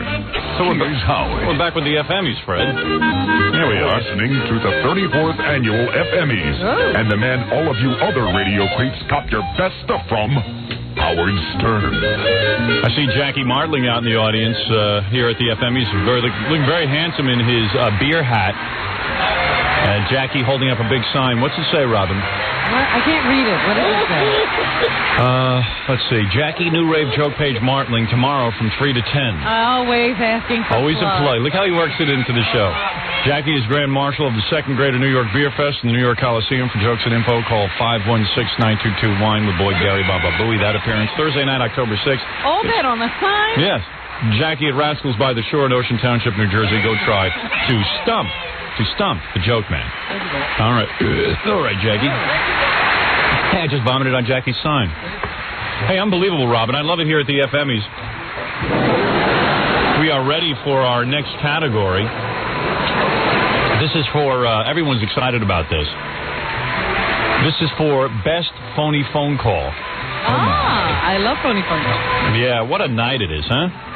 What a night. I wonder who's in this category this year, because the competition has expanded. At one time, it was only Captain Janks, and then it was Captain Janks and King of All Messengers. Oh, yeah. Now, there are so many. Who do you choose from? What did the judges decide this year? It's going to be a tough category this year. Hold on a second. Hi, Regis. Regis out in our audience. Hello. I see the retarded Kennedy is sitting next to Regis and beating him at tic-tac-toe. Isn't that something, Robin? See, she's not as stupid as they say she is. Half her brain was removed, and yet she's beating Regis. They ought to let her out. Unbelievable. Regis manages to have a life. Look who's there, Freddy Krueger. Hi, Freddy. Hey, pal. Oh, I'm sorry, Robin. That's not Freddy Krueger. That's Joan Rivers without her makeup. I've never seen that before. Why is she not in makeup? I don't know. Doesn't she know this is being televised? Yeah. Here's the Rolling Stones, who are going to be up for the Humanitarian Award this year because Mick and Keith are sitting there with an Auschwitz survivor. Oh, wait a second. That's not an Auschwitz survivor, Robin. That? That's Charlie Watts, the drummer. Holy mackerel. I can't see from this angle. You have a much better view of the audience. Yeah, I see everyone. Hi, Grandpa. Grandpa Lewis, everyone. Take a bow, pal. Look at that, Grandpa Lewis. I only see a single shoe. Why is that? That's because he's got one foot in the grave, Robin. Yeah, great. Yeah, great. That's right. I see Albert Brooks out there. Oh, a guy who just put out a new movie? Yeah, obviously just here because he's looking for a free plug. Don't give it to him, Robin. I won't even tell you the name. And look at this. That's got to be a reunion. Sonny is sitting with Cher. No. Oh, wait. He's got her handcuffed. All right. I knew. Thought we had big news. Hey, Robin, look out in the audience. I see Troy Roberts, your boyfriend. I don't know how he got an invitation. Oh, wow. And he's not my boyfriend. And he has his zipper open, and he's waving something at Robin. Oh, that's stupid. What do you mean? The Cher comment and the Albert Brooks comment wasn't stupid? That's stupid? That's stupid. How dare you say that about him? You never do such a thing. No, he's not doing that. He's not really in our audience. You must be having a fight with him. Well, he's not your boyfriend, is he? No, he's not. He's just a friend. that. All right, well, not too bad. Oh, my. All right, Robin, let's get down to the awards. Let's open a few envelopes. Everyone's all excited. And then we're looking forward to a big song from a surprise guest. Ooh. A very big production number coming up here at the FMEs. But let's see who's going to win this one. Who are the nominees? Okay, first it's the king of prank phone calls, Captain Janks, who called the Today Show. Ed McMahon was the guest. Captain Janks, producer. All right. Dennis Miller's doing okay. Yeah. Somebody else who's doing okay, Ed, is on the phone with us right now. As a matter of fact, we were talking about him a second ago. He called in. I believe he was a Star Search loser. Is my caller here? Yeah, hi. How you doing? There's Jim. Hi, Ed. How are you? How you doing, Matt? I'm fine, Jim. How are you? Do you believe this guy, what's happening to him? You actually lost on Star Search? I lost. Well, you don't lose. He was in competition, and someone else exceeded his performance. How's that? That's right. Yeah, okay. What did you do on the show, Jim? Well, I did a comedy routine. Hey, Ed? Yes? Howard Stern says you're a fat pig. Is that true? No. That's what he thinks about himself. Well, you're a fat pig. Yeah, okay. Apparently that's not Jim Carrey, and we apologize for that. All right, I knew that was going to happen. It's okay. That is apparently an imposter, and every once in a while that happens again. We apologize for that. The thing about that that's great, they know they're an imposter. They know how dumb that was. I can't understand. And they carry that to their grave. They love that. That is I guess, classic. Ed knows about dumb acts and how they follow you. Robin, should we bother playing any more phony phone calls? Isn't that a killer? Pretty incredible, but there must be other there nominees. are. That was the great Captain Janks, his call to Ed McMahon on the Today Show, posing as Jim Carrey, Ace Ventura Pet Detective. Wow. Really pulled it off. I mean, that was great. I like when Ed goes, you know what's great about that call? And of course, there's nothing great about the call. He goes, what's great about the call is that he just called Ed a fat pig on national television. On TV. He goes, that guy has to go to his grave. With that dumb act. With that big smile. All right, anyway, that makes Jackie feel good. He lost on Star Search, too. All right. Here is a phony phone call to Prince Charles. Who made this call? Some British guy. That's right. This is some British guy producing. When the sovereign dies, and if Now, mind you, Prince Charles is a guest on the show. He hasn't been a guest on any talk show ever. He's taking live phone calls from the people of England. Thank you. are alive and healthy, will you become king? I would certainly imagine so. I mean, it's not going to be because I'm going to decide I'm not going to do it.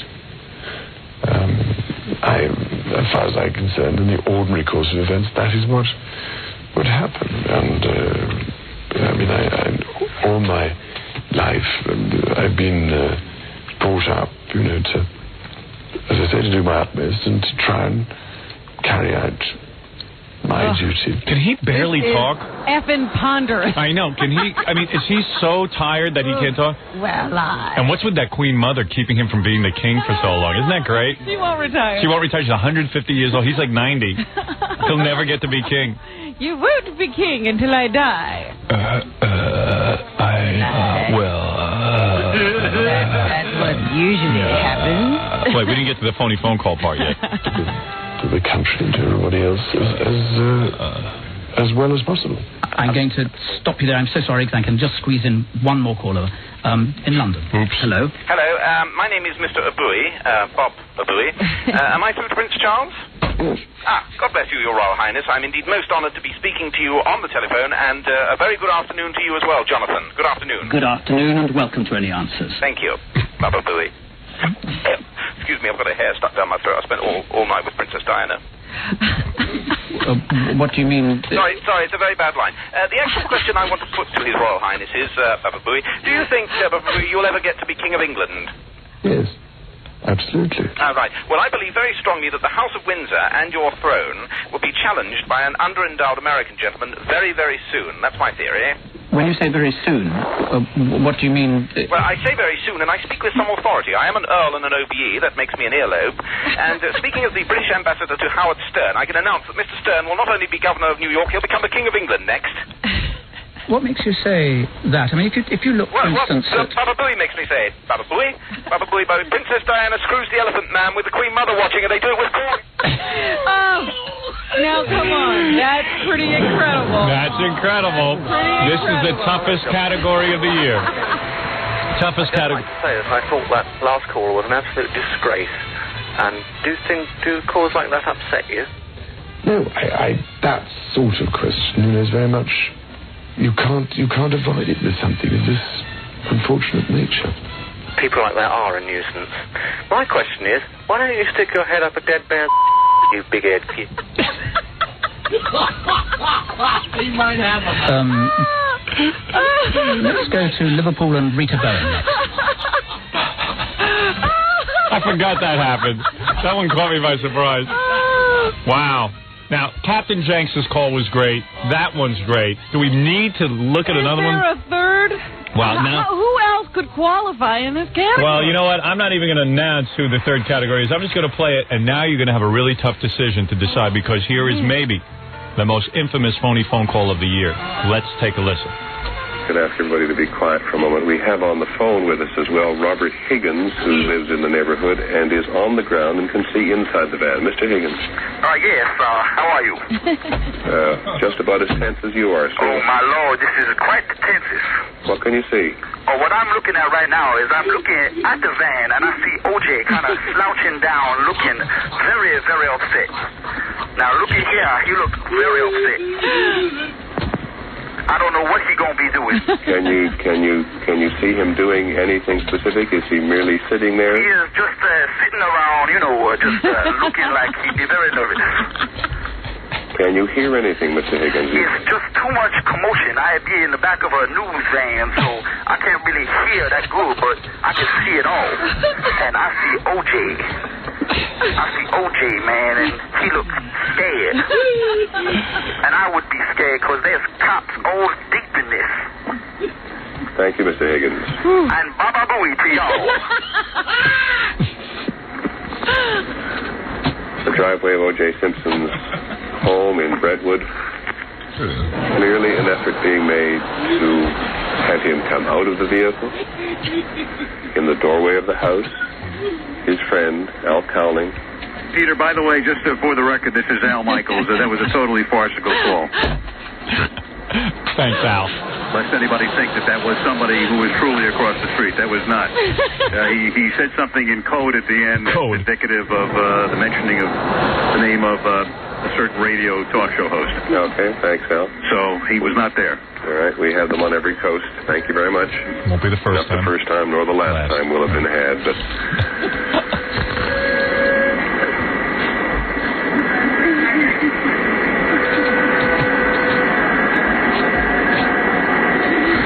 That's it.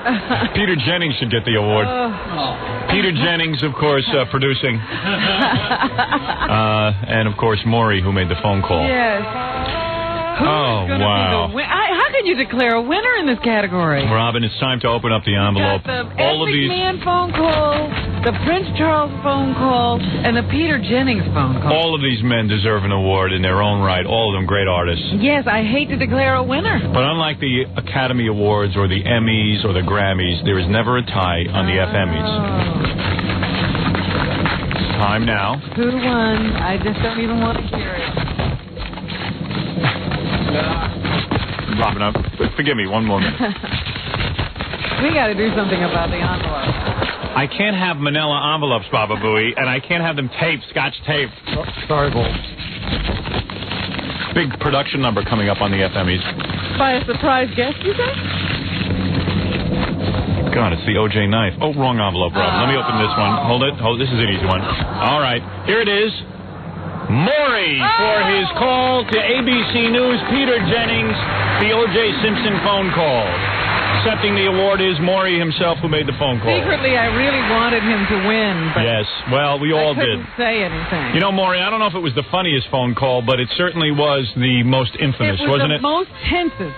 It was quite the tensest phone call. By the way, Maury will be accepting in his O.J. Simpson voice. Oh. You know, the voice from that night. I got him standing right by. Yes. Maury, how do you feel? You beat out some really stiff competition. Captain Jenks, no slouch, who has won it every year. Yeah. The British guy from England with the Prince Charles thing. Unbelievable. It was tough competition, but, You got to come through it somehow. When you made the phone call, did you think you were going to win? Did you think you'd win the FME? Did you have that in mind? After I hung up, I had a feeling I was definitely getting something for that. Yeah. Either arrested or an award. Yeah, well, you've done it. You really, you beat out all the competition. Let him go ahead and make his speech. You're absolutely right, Robin. It's not time for interviewing. It's time for celebration. Yeah. Okay. Go ahead. Now, first of all, I, Robert Higgins, would like to primarily thank three people. Howard Stern and both for Robin Quivers' breast disease. I want to know, can I exchange my FME for a year's supply of grape soda and a big old bag of Cheetos? Wow. I would like to thank OJ, first of all, for going ahead, slouching down in his vehicle and giving me my big break into show business. I would especially like to thank Mr. Peter Jennings for being so damn stupid. Now, look at here. That boy is so damn stupid, he done bought a roll of toilet paper to a crap game. Well, now, look at here. Now you can't shut him up. Hey, congratulations, Maury and Robert Higgins, your alter ego. Yeah. I'm honored. There he goes. Thank you for the greatest phony phone call of the year, and this is an exciting day. Ooh. There goes Maury. Robin, I love it. When we come back, I'm going to be here, and so are you, for the big production number. Stuttering Vic will be performing this year. Wow. He'll be performing a song while Stuttering John gets to watch him. We'll be back with that excitement right after these words. All right, we're back at the FMEs. Wow, the audience is jam-packed. It's time for the big production number.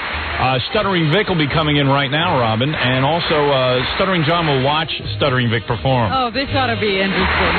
You know, Robin, Stuttering Vic has really come on strong this year. He is being groomed to be John's replacement. And I understand, I can see that he's growing in self-confidence. Yes, he is. He speaks louder now. Normally we'd have Stuttering John do a song, but Stuttering Vic seems to be the man of the hour. Has Stuttering John ever done a song, really? John, you can sit right next to Vic when he performs. You don't have to sit over in the corner. I want to see your face. Okay. Have you performed on the FMEs, John? John, have you ever been asked to perform on the FMEs? Yes, I have. Yes, I have. Oh, yeah. okay. How does it feel that Vic replaces you this year? I'm looking forward to this. You are? Yes, I am. All right. Very good. Don't read his lyrics off the teleprompter. All right, I'll close mine. Sit and enjoy his performance. Okay. Yeah. It's just hard because I am at the angle that I can. All right. Let's, boy, I bet you probably hate Stuttering Vic, huh? No, I don't. Why don't you tell the truth? I really don't hate him. I have no reason to. How come you always yell at Gary for hiring him? Well, because I want Gary to think that he's got me back to the Gary puppet. I see. All right, well, we'll see. All right, Stuttering Vic, how are you, my friend? I'm very well, Howard. How's that eye infection? It's gone. Well, it was the upper eyelid, and it's gone now. Good. Good, you're back in full health. Full health. All right, here it is. Notice how he's speaking up the first few days you couldn't hear him? Yeah, now you can hear Stuttering Vic. He knows how to get right on the microphone, unlike John, who leans back from the microphone. Yeah. All right, Stuttering Vic, let's get ready. You rehearsed your song, I assume? Many times. All right, very good. Here goes Stuttering Vic with a big production number here at the FMEs. Go ahead, Fred. Hello there, I'm Stuttering Vic. I'm the guy who makes Sean Melendez sick. I'm getting famous pretty quick. Stuttering John is such a dick. I can't wait to do interviews. I'm not like John, I'm not confused. So washed up, and that's the truth. Now I'm here to raise the roof. Now I'm the guy Howard trusts. So John, jump in front of a bus. I'm so happy on the show. I'm the new guy, Johnny Blows. Tell Melendez that he's free to go. I'm the new king of radio. All right, Stuttering Vic. Wow, look at the audience going wild. Definitely can hear you. John, give him a standing ovation or you're fired. Thank you. Yeah, there you go. Yeah, John applauding with hatred. Wow. Very good song. Well, Robin, as long as we have the boys here, let's go to our next category. Which is? This is for Best Stutter of the Year. Oh. And actually, Stuttering John, you've been nominated before and won every year, haven't you? The best what? Stutter? Stutter of the Year. Oh, the best stutter. The only stutter. No, but I'm sure my competitor will win this year. Well, let's see. Don't give up. Who even knows if he's nominated? How do you know what's going to happen? Our first nominee is Stuttering John. Our first nominee is Stuttering John, Robin. Yes. And this is for his stuttering while interviewing Roger Daltrey. Okay. Stuttering John This producer. is in England. That is correct. Overseas. Yep. Stuttering John here with Roger Daltrey. Where were you when you heard the death of Sam Kinison? What? I'm a bit deaf. I used to be in a rock and roll band. And I said, where were you when you heard I used to have that problem. Long time ago. The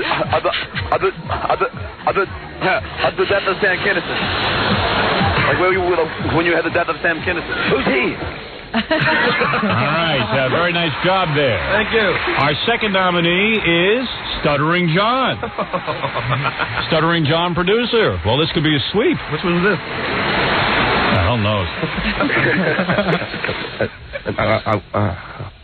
That's Stuttering John. That was it. You need to hear that one again? Yeah, I thought you that one again. All right. And by the way, Robin, our third nominee, a surprise in this category this year for someone so new to the show, Stuttering Vic. Coincidental. In the best stuttering category, Stuttering Vic producer.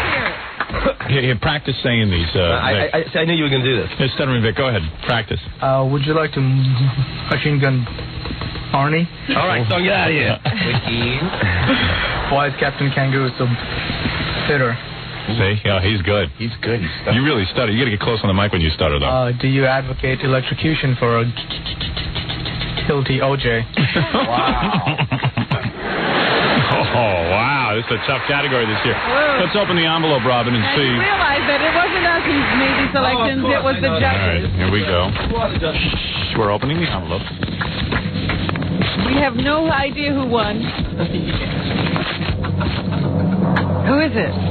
Stuttering Vic. Oh, my prize. Ah, you won, Stuttering Vic. You won the coveted FME. If you'd like, you can make a speech now. I'm What? I'm very Congratulations, happy. Vic. Thank you, John. That's very gracious. You did a good job. You did a good job. Right. Does this mean I get more airtime when we do the interviews? Definitely. Okay. He hasn't taken you on an interview yet, has he? I have. Yeah. We got thrown out immediately, but... Remember that one, the Audrey Meadows? Do you want to thank anyone for your award or make a speech of some kind? My mind is completely blank. Is it? Good. That's how John's is. You're learning quick, Vic. You're learning quick. Yeah, you're perfect for the job. Well, I want to thank Stuttering Vic and Stuttering John, and I want to thank the Academy for even making me a nominee. Well, next year you probably won't even be in it. Nominees don't get to make speeches. Oh, I'm sorry. All right, very good. Robin, more excitement when we return to the FMEs, the 34th annual FMEs, right after these words. Good job, Vic. The 34th annual FME Awards with the 8th wonder of radio, Howard Stern. The 34th annual FME Awards. Yeah. With future cinema sensation, Howard Stern. Wow, thank you. Thank you so much. Robin, a lot of excitement in the air here at the FMEs. This might be the last year I'm hosting, obviously. I was going to ask you, do you think you're going to do the whole thing? You're going to stand in line to wait to see your own movie? No, no, of course not. Yeah, I probably will. I'd like to see it with an audience. To get that experience of a regular audience. Robin, before we get to that part, do you think I should finish the script first? Hey, let me tell you, earlier this morning we made the announcement that the director of my movie is... Where the hell's my echo chamber? Why can't I get that thing working? I can't win. Hello? Scott, why don't you just take a knife and put it in my heart? Every morning we go through this. You know you're going to miss this when you're not here anymore. Yeah, oh yeah. But I got to tell you, no one to yell at. Scott, why don't you just set up the echo for me every morning? Wait, I got to hear that. What'd you say? I said I did set it up and I checked it and it was working. Oh, and what do you think I did that it isn't working? Did you turn this up? Yeah, it's up all the way. What, you think I'm stupid? You moron. Why doesn't it work? How could you have checked it? You didn't check it. Admit it. I swear I checked it. All right, thank you. Why isn't it working now? I'm in the middle of the FMEs and I have no echo. All right, thank you. Thank you for checking it He's for me. staring at the board. Hello? Wait, I heard some echo now. So let me ask you something. There it goes. What happened? You know you didn't check it. Why didn't you miss? I swear I did not touch that, so you know you didn't check it. I swear I checked it. So tell me what happened. What happened? I don't know. Make sure the echo is coming from the board, not your head. Scott didn't check it, and he won't admit it. Just admit it, and we'll end this discussion right now. You did not check the echo. No, I did. You won't admit it. You know you did it. Your nose is growing. Your hair isn't growing. Your nose is growing. Actually, what happened? Your nose, what? What? We probably can go back to the... No, it's not on tape. We can go back to the logger tape, and you can hear where I checked it, because I checked it on the end to make sure it was working. So I don't understand why it doesn't work when you turn it. There's no way he checked it. Goodbye. I can get you the proof. All right, thank you. Get me the proof. I don't care about your checks then. Make sure it works when Howard uses it. Yeah. Scott, it works for me, it doesn't. Anyway, Robin, let me get back to the FMEs. I was interrupted by incompetence. Oh, technical difficulties on the awards show, folks. Always hold it up. Could you buy Scott some pants that fit? No, he likes that look. I mean, that's the look he's into. His ass is all comfortable with all that room. Hey, anyway, let me just tell you something.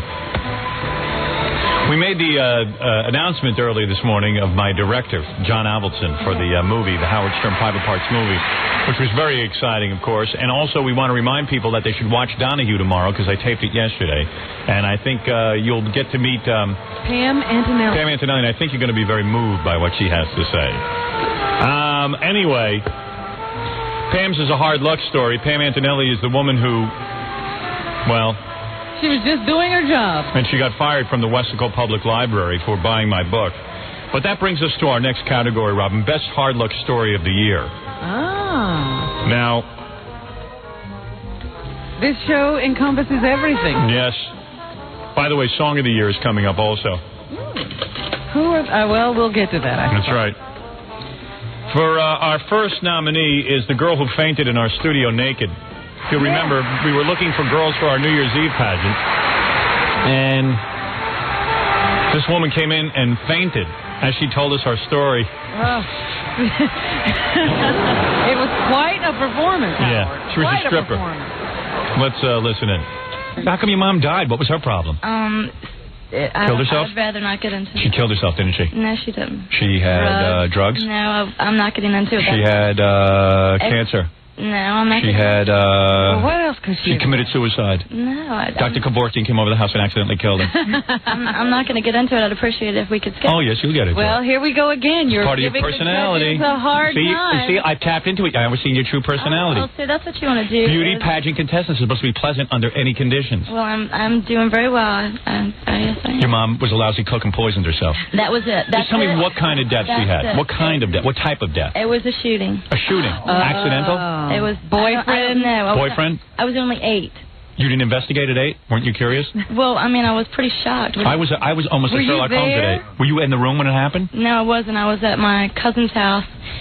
And my grandmother called me later that day and said, you know, she broke it to me gently. I was in shock for years.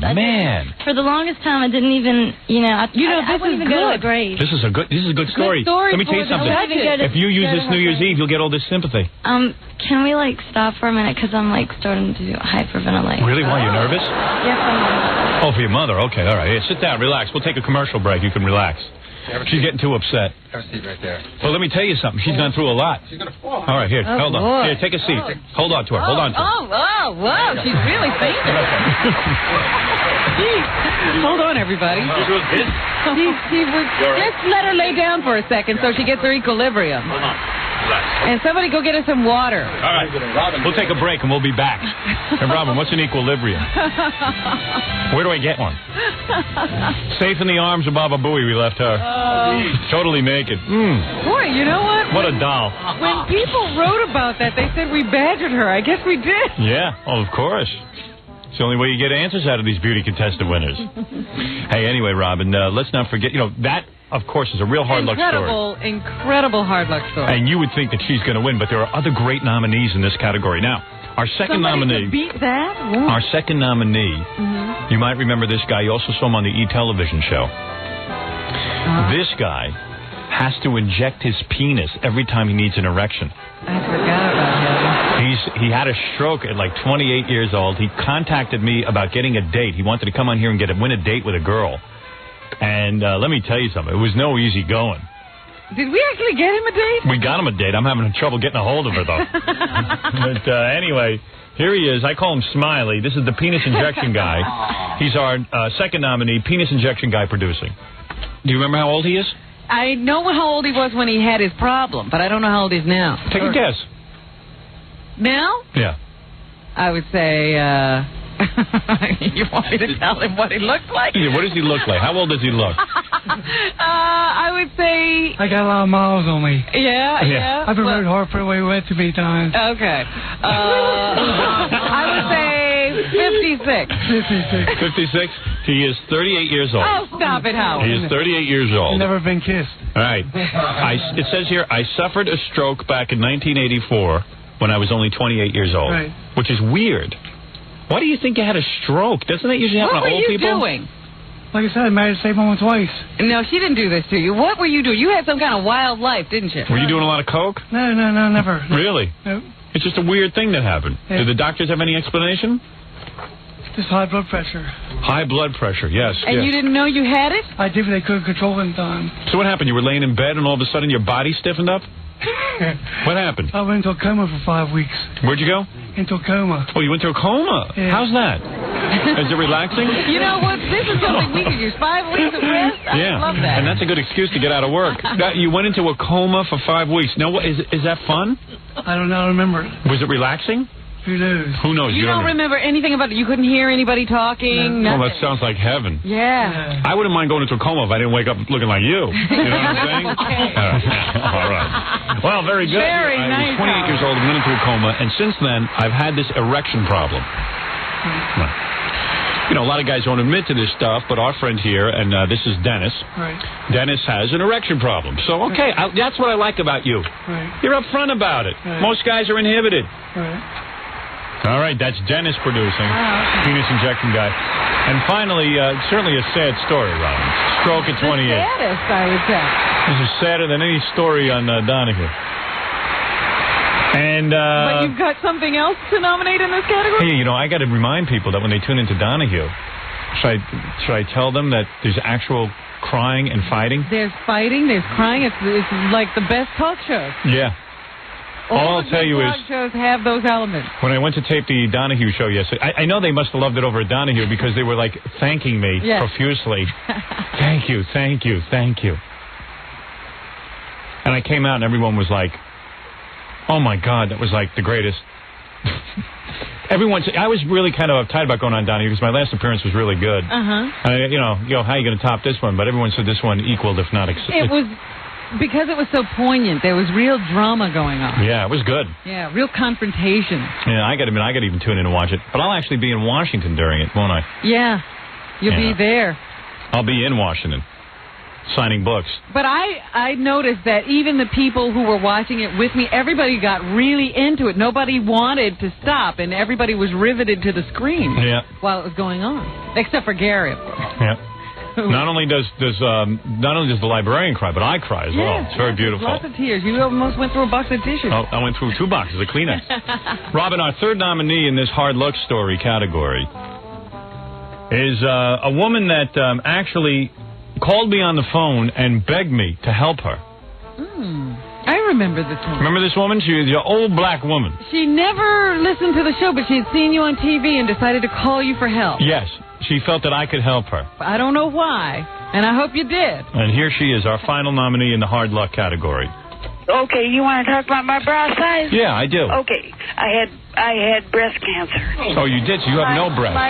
My bra size was 52D. Well, we used to be D. And when they got through with me, I was a 38. When they got through taking all the poison out, and everything out, I was a 32D. Oh, man. And I went through a minute. Robin, I don't know what you've done now. Okay, Howard. so now you know that. All right. I don't want to know what that. What else do you want? I don't want to know anything. Listen, I love you no matter what. As long as you still got a vagina, I'm with you. All right, listen to me. Let's help you. Let's get down to helping you. Let's get down to helping you, man. Let's talk about the problem. Hold on. Don't cry. Don't cry. Oh, please, this is a comedy show. All right. Everybody calm down. Take a deep Everyone breath. take a deep breath. All right, take a deep breath. And blow out the bad air. Listen to Robin. She's good. She used to be a therapist. Oh, come on, deep breath. Oh, no. I hope we don't get disconnected. No, not now. No, not now. Ma'am? Oh, she's really... I have an idea on how to help you. Ma'am? I have an idea on how to help you. Hello? Hello? Boy, I'm doing great so far. Let me remind everyone, I am not a therapist. Don't call for help. I'm the worst at this, ma'am. Are you okay now? Are you okay now? Hold on. It was a good cry. You needed to do that. You needed to let... You know what I was trying to do? I was trying to let out all the anger. That was good. Is all the anger gone? That was a release. Yeah. How can you get the anger out? You just did, ma'am. Since I was a little girl. Wow. She was great. Boy, was that an incredible performance. That's 3 fine performances, Howard. Yeah, that was the woman crying on the phone. We call her woman crying on phone. Let's see who won, Robin. Who's going to win in this category? Will it be the woman whose mom got killed by a shotgun and then fainted? Is it the guy who has to inject his penis? Or is it the woman crying on the phone because had a breast removed, her beautiful 38 Ds? 52 Ds. 52 Ds. Whoa. Those are whoppers. All right. And who will be queen for a day? Boy, this competition. Wow. Woman crying on phone. The black she woman. Had to. Robin, had to win. I have the Academy informs me that the woman crying on the phone, not only when we contacted her about the award, she pretended not to be who she was and would not come to the phone, excepting for the woman crying on the phone is Wood Yee Allen. Wood Yee, everyone loves Wood Yee, who of course made so many great movies, Bananas and all the other ones. Wood Yee, do you know this woman? I guess you don't know her, but you are accepting for her. Go ahead and make the speech, please. I understand hard luck. Hey, Mia caught me with slant face that wasn't very lucky. Right. You understand bad luck because Mia caught you with slant face, and that wasn't very lucky. Now, please, feel free. To go on with your speech. To go on. Feel free to go on with your speech. In honor of my little lace face babe, I hold the award with chopsticks. All right. That's cute. Yes, and Wood Yee, of course, a little nervous. He's always nervous at these kinds of affairs. Guy. But we do honor this woman who really does have a hard luck story, right? Are there any young good chicks backstage? I want perks. You want perks, I see. All right. For being here. Make a speech about this woman and the fact that she has won an award. Go ahead, Wood Yee. I accept this award for a total stranger because I am a very confused man. Well, hey, by the way, as long as I got you here, Wood Yee, are you still with the Mia Farrow's daughter? I caught Sonia using my clarinet to have sexual fun. I guess that means they're still together. Listen, I know you're in the middle of producing a movie. It's very hard for you to be with us, and I do appreciate you coming in. I took a break from riding a pink rickshaw to come here. Well, anyway, congratulations to you. Congratulations to the woman who won. And let me just say, Wood Yee, I know that you accept this award for a woman, you know, who's been going through a lot of problems. I'd like to someday meet the colored broad who won this. Oh, man. Thank you, Wood Yee. Wood Yee, thank you so much. Thank you, and congratulations to you on accepting the FME Award. That's not Woody Allen, that's Wood Yee Allen. That's right. He made bananas, not bananas. He's a funny guy. That's why he's a top comedian. What was funnier than him was watching Jackie react to Wood Yee. Tune into the E! Show and see Wood Yee. He's terrific. He is terrific. Jackie is crying. Easy. Jackie Martling loves the FMEs. It's his favorite show of the year. By the way, Rob, when we come back, a couple of the nominated songs this year for Best Song of the Year, Best Song Parody of the Year, and we'll be back right after these words with more FMEs. It's the 34th Annual FME Awards with the dark and tender Howard Stern. Let me go over the NBC lineup with you. There's a couple of big shows coming up on NBC. First of all, people excited about the all-new Mad About You. What's all new about it? Well, you know, all new episode. Oh, okay. Paul and Jamie become grandparents. Murray has puppies. Murray is the dog, Robin, obviously. That would be an insult to call a woman Murray and then give her puppies. And have her children be puppies. Then it's an all-new episode of Friends, the show critics are calling the best new sitcom of the season and getting better with every episode. And Seinfeld's new girlfriend hits Jerry with a secret that rattles everyone on an all-new Seinfeld. We used to be friends with him. But Jerry. He doesn't like us anymore. The Dabney Coleman Show is The Madman of the People. That'll be on after Seinfeld. Do you think we'll ever get Jerry back? No. It's over. Yeah, I think his personal life's become too embarrassing. He's at that point where you don't want to talk. And then at 10 o'clock, 9 Central, ER won the acclaim of critics everywhere. And then millions of viewers made the choice, choosing ER as their favorite Thursday night drama. From the author of Jurassic Park comes the most watched new show of the season, ER. Jurassic Park, when's that going to be out on video? I haven't seen that. Probably not for a long time. Thank you. And it's the Tonight Show's 40th anniversary week. Tonight sees Seinfeld's Jason Alexander, and tomorrow Jay brings home Kevin Bacon. So he brings home the bacon. Tonight it's Mad About You, Friends, Seinfeld, Madman of the People, ER, and then, of course, The Tonight Show with Jay Leno. You're listening to the 34th Annual FMEs, and the man all of you other radio creeps cop your best stuff from, Howard Stern. Actually, you're not listening to the FMEs because I've run out of time for them today. We'll have to continue them tomorrow. There's a lot great categories coming up, but It was certainly fun today. It certainly was, Robin. Wow, what a fun show. As a matter of fact, you know what? I know you're going to kick off the news. Let me, with your permission, Robin. Go ahead. I have a report out of Cleveland. We've already done the front page of the Daily News announced that they're casting for Little Howard Stern. I think that's next weekend, isn't it? I don't remember. October 6th, did it say? Yeah, if that's the date, that's next weekend. Yeah, for the movie. It also announces who the director is of the film, John Avildsen. It's done a few good films, I'd say. Does everybody you work with have to have a difficult name? I know. Avildsen. Peter Torkvay, well, John Avildsen. These are all people of prominence with prominent names. Right, you're entertainment. Yeah. I don't know. I'm just tickled pink to work with John Avildsen. Yeah, I bet. Yeah. That's a coup, yeah. as Gary would say. That's a big deal. He's a weird dude, too, because like when I met with him, he walks around with a camera. Like he has one of those video cameras. He always videotape and stuff. Yeah? Yeah. He's one of those guys who sees everything framed. Yeah, he's framing everything. Yeah. For those of you who don't know, John Avildsen is Academy Award-winning director. Let's see if I remember any of his films. Let's see, Rocky 1, Karate Kid, Joe, one of my favorite films of all time. That was his first try. He didn't even know what he was doing back then. Where did he come from? Heaven, Robin. Fell out of heaven and into your arms. Into my arms.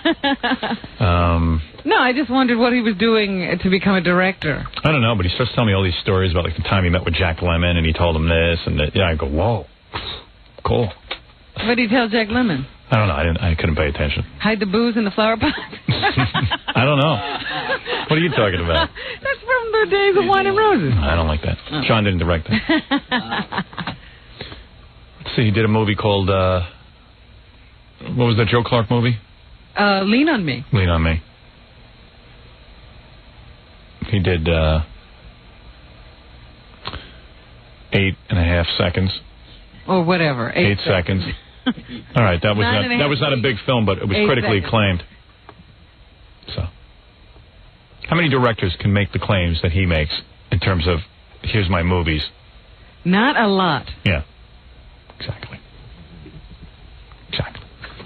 When a director achieves name recognition, you know you got a big deal there. And admit it, you thought I was going to get some jerk.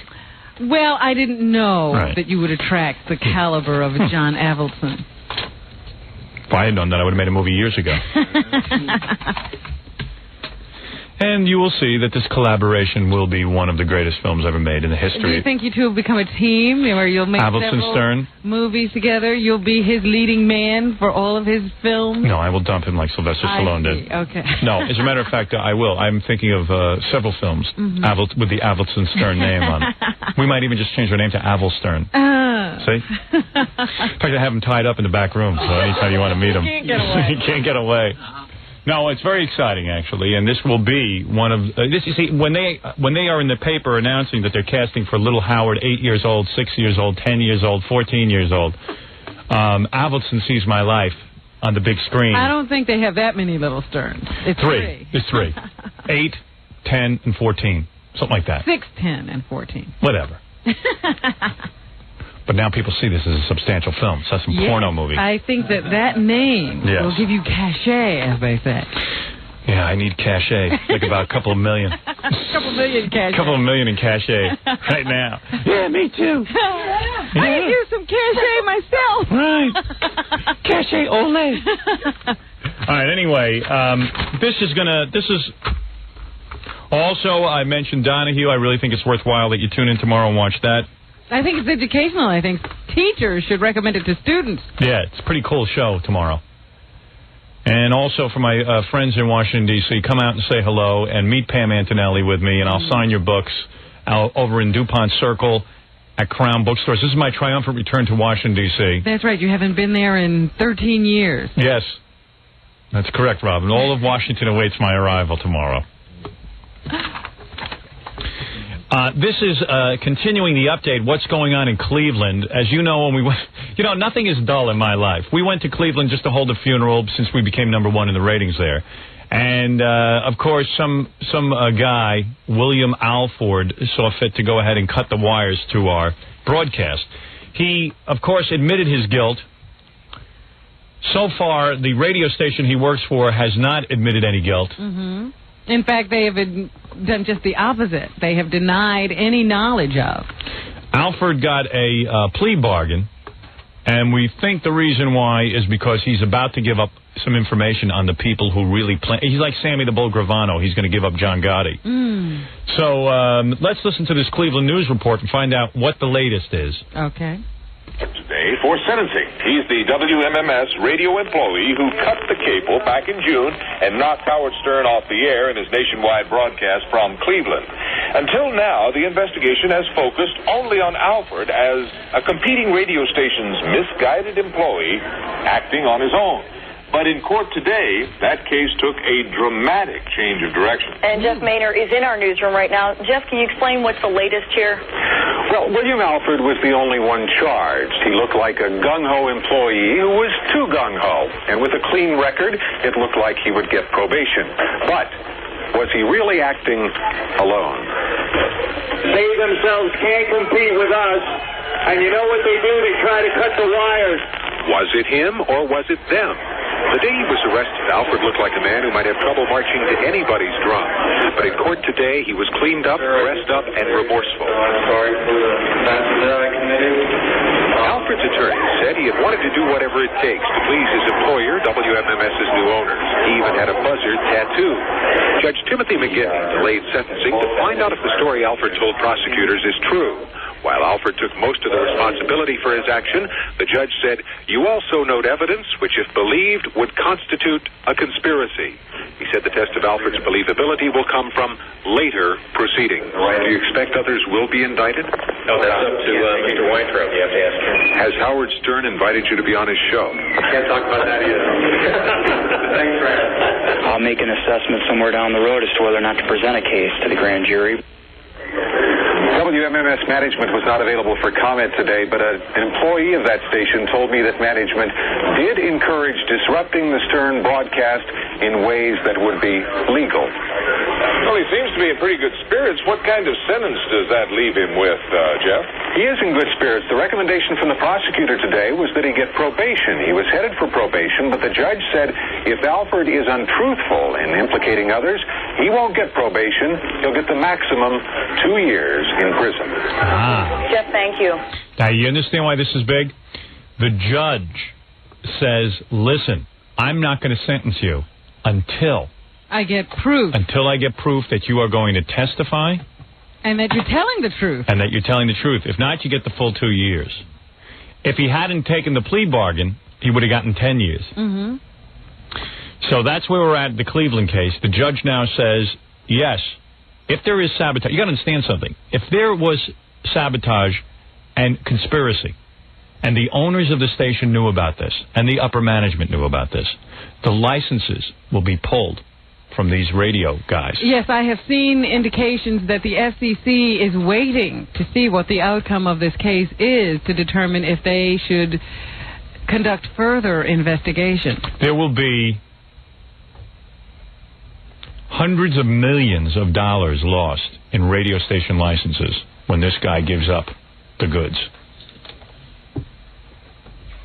This will set a precedent like we have never seen before. People will behave themselves now. Well, it's about time. This is what the FCC is there for. This is finally their shining moment. And look, they leave all the investigating to others. Yeah, isn't that weird? All right, well, maybe they're in on it. Who knows? I just know what I read. So there you go. This is history making. The judge is now saying no sentencing until you talk, which makes perfect sense. The judge has responded correctly. He is as wise as Judge Ito. What did Judge Ito have to say about me yesterday? Judge Ito didn't mention you yesterday. I think he must have thought, well, gee, I didn't know that was going to get that much attention, so I'll keep my mouth shut about Howard Stern. Yep. Today in the case, Howard, I know that you think your case is much more important there in Cleveland. Yes, it is. The most important case in the country right now is the case of O.J. Simpson. O.J. O.J. takes all awards for the most intriguing case in jurisprudence. Today they will round out the jury pool. In fact, I don't think there's an actual hearing scheduled, but the prosecuting attorneys, the defense attorneys, and Judge Ito will be doing a preliminary glance at the questionnaires filled out by people who made it through the first cut to determine if there are a great number of people who are disqualified immediately because of the way they answer questions. And depending on what they find there, they will determine if they need to see more jurors out of that pool of 1,000 that they had originally called, or if those people can be released to other trials. Can you believe there are so many people who have the ability to take off 6 to 7 months and be a part of this? So far they have about 300. That is more amazing to me than O.J. doing this. And more amazing to me was yesterday I'm watching Donahue, 4 noted attorneys sat there and said, O.J. will get off. But then I saw... I've been trying to tell you that all along. No, you won't listen to me. But wait a second. Don't get carried away. I saw other attorneys on, like, hard copy or something talking about that the evidence is... Don't listen to them. No. I'm telling you. No, in fact, yesterday, the assistant, O.J.'s assistant, was interviewed once again by the grand jury investigating Al Cowlings, and her attorney indicated to the press as she was leaving that she has information that will clear O.J. Simpson. Oh, is that right? And she's going to be a primary witness for the defense in the O.J. Simpson trial. And who is this, Al Cowlings' attorney? No. I didn't hear what you said. Kathy Rhonda, I think her name is. She is O.J.'s assistant. Oh, O.J.'s assistant. Yeah. I see. Yeah. She has... She has the evidence to clear O.J., according to her lawyer. What are the Las Vegas odds? That's what I go by. Seriously, I'm sure they're taking odds on this one. I'm sure they're taking odds, but I haven't heard what the line is. There is no, this country's gotten nuts. These lawyers said, in order to convict a guy of murder, listen to what they said yesterday. This was Kunstler and a couple other guys. Kunstler and Slotkin. Slotnick. Listen to this. Said, in order to convict O.J., you need a videotape of him committing the murders. That's not necessarily true. What you're telling me is, if you've got blood of Nicole Simpson in O.J.'s car, and you've got blood all over the place of O.J. where the murder was committed, that's good enough for me. I'm there with you. Then on top of that, you want to throw in a few other bits of information? Limo driver can't find O.J. the whole time. Then he comes through the door suddenly. Cato Kalin. Once again, this is all circumstantial. Yes, but nobody can tie it's a house O.J. of... you build a... In other words, Robin, I don't know what you ate for breakfast this morning, but I bet you if we went to your apartment now, we could look at the dishes, see what food is on the dishes, and put together a good case for what you ate this morning or whether you ate this morning. You can't determine that I ate from... Oh, I'll determine. Who else was there? Nobody. Those stupid cats. Then they found the gloves. Oh, please. Well, the guy is guilty. Listen to what happened yesterday. You know that just a week before the murders occurred, O.J. did a fitness video for Playboy. Yes.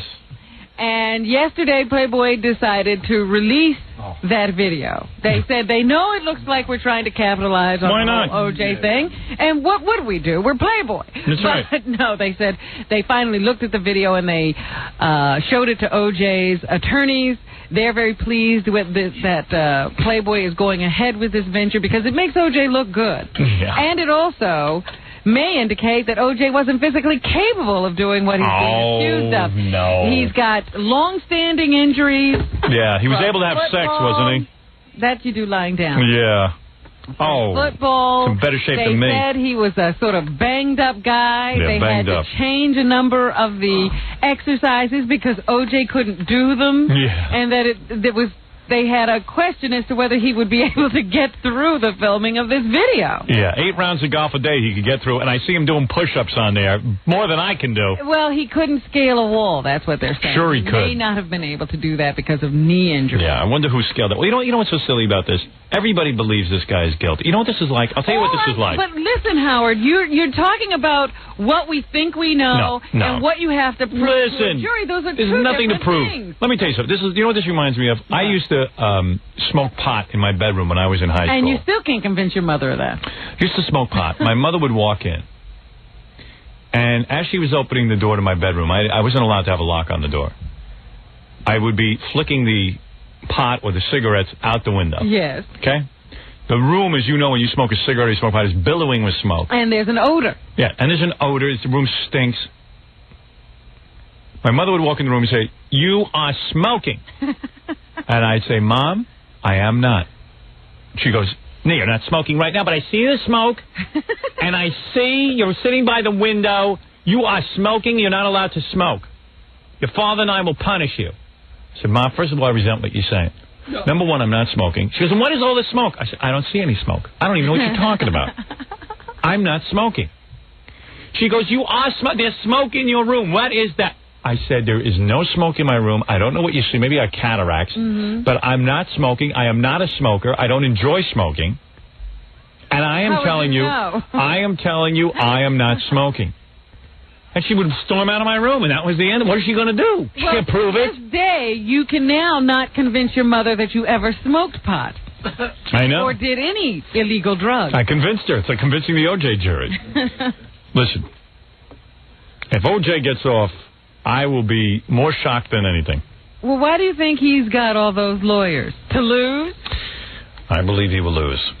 I still have to believe that the system works on some level. You're not thinking of the system and how it works. I'm thinking about two dead people. You have to convict a man. You have to present evidence and persuade a jury beyond a reasonable doubt. So you're telling me I could kill my wife tonight?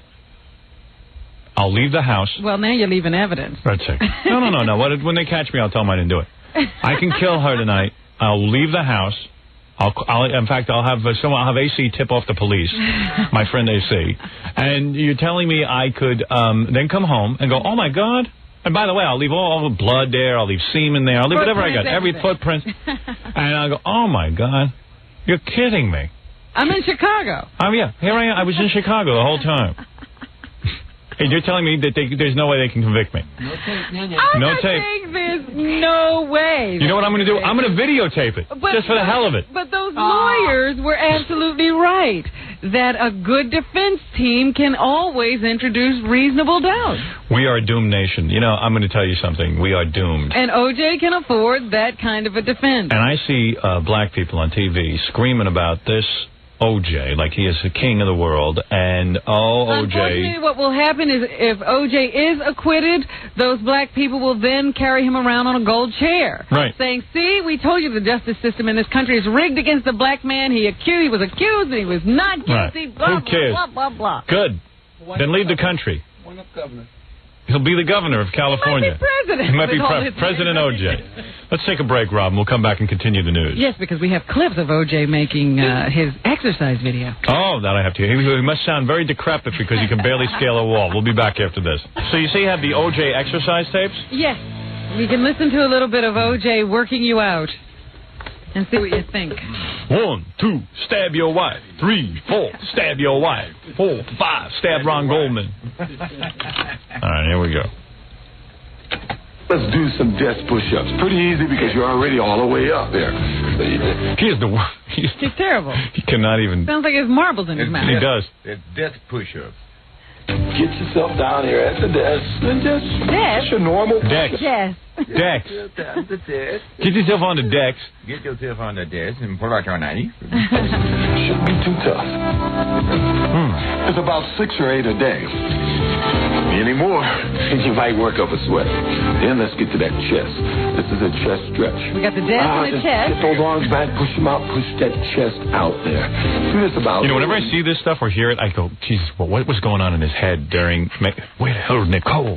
Yeah, you got a bunch of pretty girls jumping up and down behind him. Yeah, and he's worried about he Nicole. Can go out with any of them. Yeah, and he's worried about Nicole. Well, they said at the time he started to work on this video, he was getting back together with Nicole again for the umpteenth millionth time. Right. And one of the guys asked him why he was doing it, and he said, because we still love each other. All right, what we're going to start with is what we call easy impact. It's athletic, it's physical, and there's no dancing. What we've done is we've taken a lot of moves that you would use. How many times do you think OJ had to rehearse this? You were competing in a sport and incorporated them in a cardiovascular workout for you ex-jocks, weekend. He's having a hard time with the English language. Yeah, they're all getting tied up in there. What are we going to start with? Athletes and some of you couch potatoes out there. I know you guys can handle it. Potatoes. Couch potatoes. Couch potatoes. It's all written out on cue cards. We'd love to hear the outtakes. Oh, yeah. Oh, that's what I'd pay to see. 10 seconds. Sell those outtakes. And the bad music behind OJ. Yeah. Do you have any more of that? Nah. That's pretty number much 6, it. Oh, yeah, I do. Because I think this has the music behind it. Oh, cool.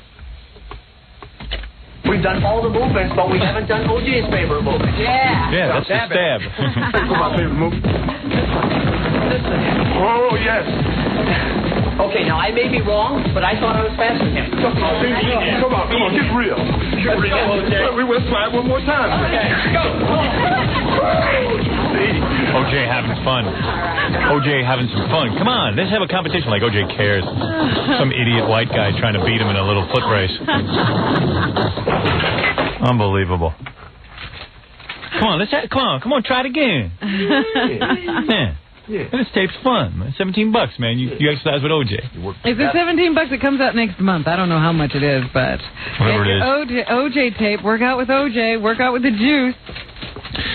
Yeah. Well, now his lawyers are telling us that the tape really, shows that he couldn't have possibly physically accomplished what the prosecutors are saying he did. Meanwhile, all I know is I saw outtakes I saw clips from the video, and OJ's doing more push-ups than any man I know can do. Looks pretty good too. He's not hitting the ground. No. He stays right up there. Oh yeah. He's in real bad. He couldn't scale the wall. No way. You don't know what his knees were like. No.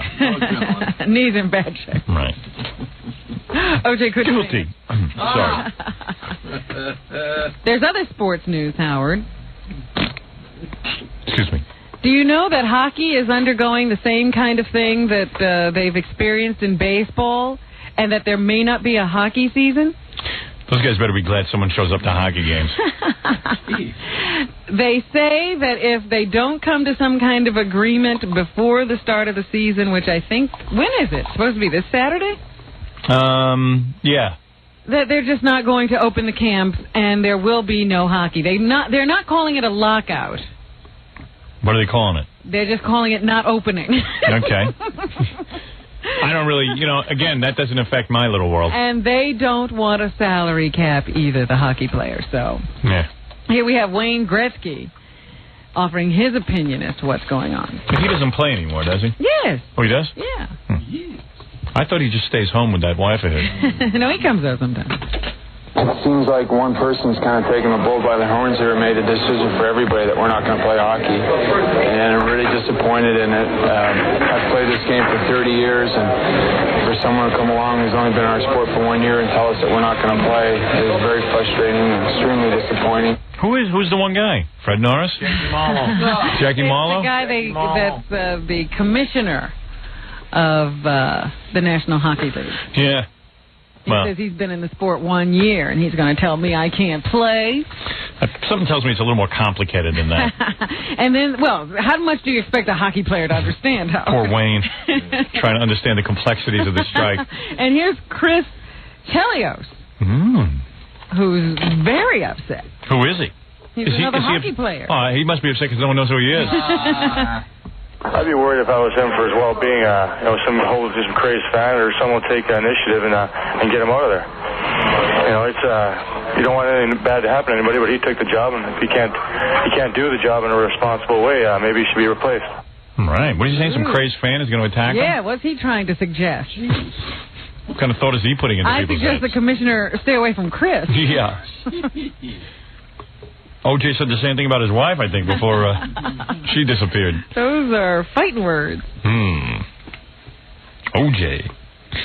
You don't want to mess with sports guys, I don't think. No, there's a whole new attitude toward dealing with sports guys. Yeah, O.J. has started a new trend. Right. Just be careful out there. Also in the news, Haiti. Continuing to command our attention, the Parliament met for the first time yesterday since the new agreement has been made. There's still been no agreement on amnesty for the current leaders in the country, which is what it will take to return Jean-Bertrand Aristide to the presidency. But we do have a little bit of the sound of what it was like in Parliament yesterday while they were trying to conduct business.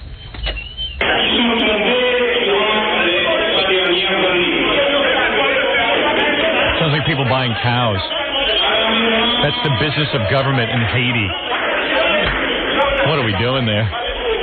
Thank God. I sold a couple of things. It's real weird, too, because, every war that we've been involved in, we always had a reason. Like, World War II, it wasn't like to save the Jews or anything. It was, hey, there was economic interest. Yeah, and Hitler and from conquering all these countries. Yeah. Then, even like the last war we had, we knew why we were there. We want oil, and we want that oil to be ours, Kuwait.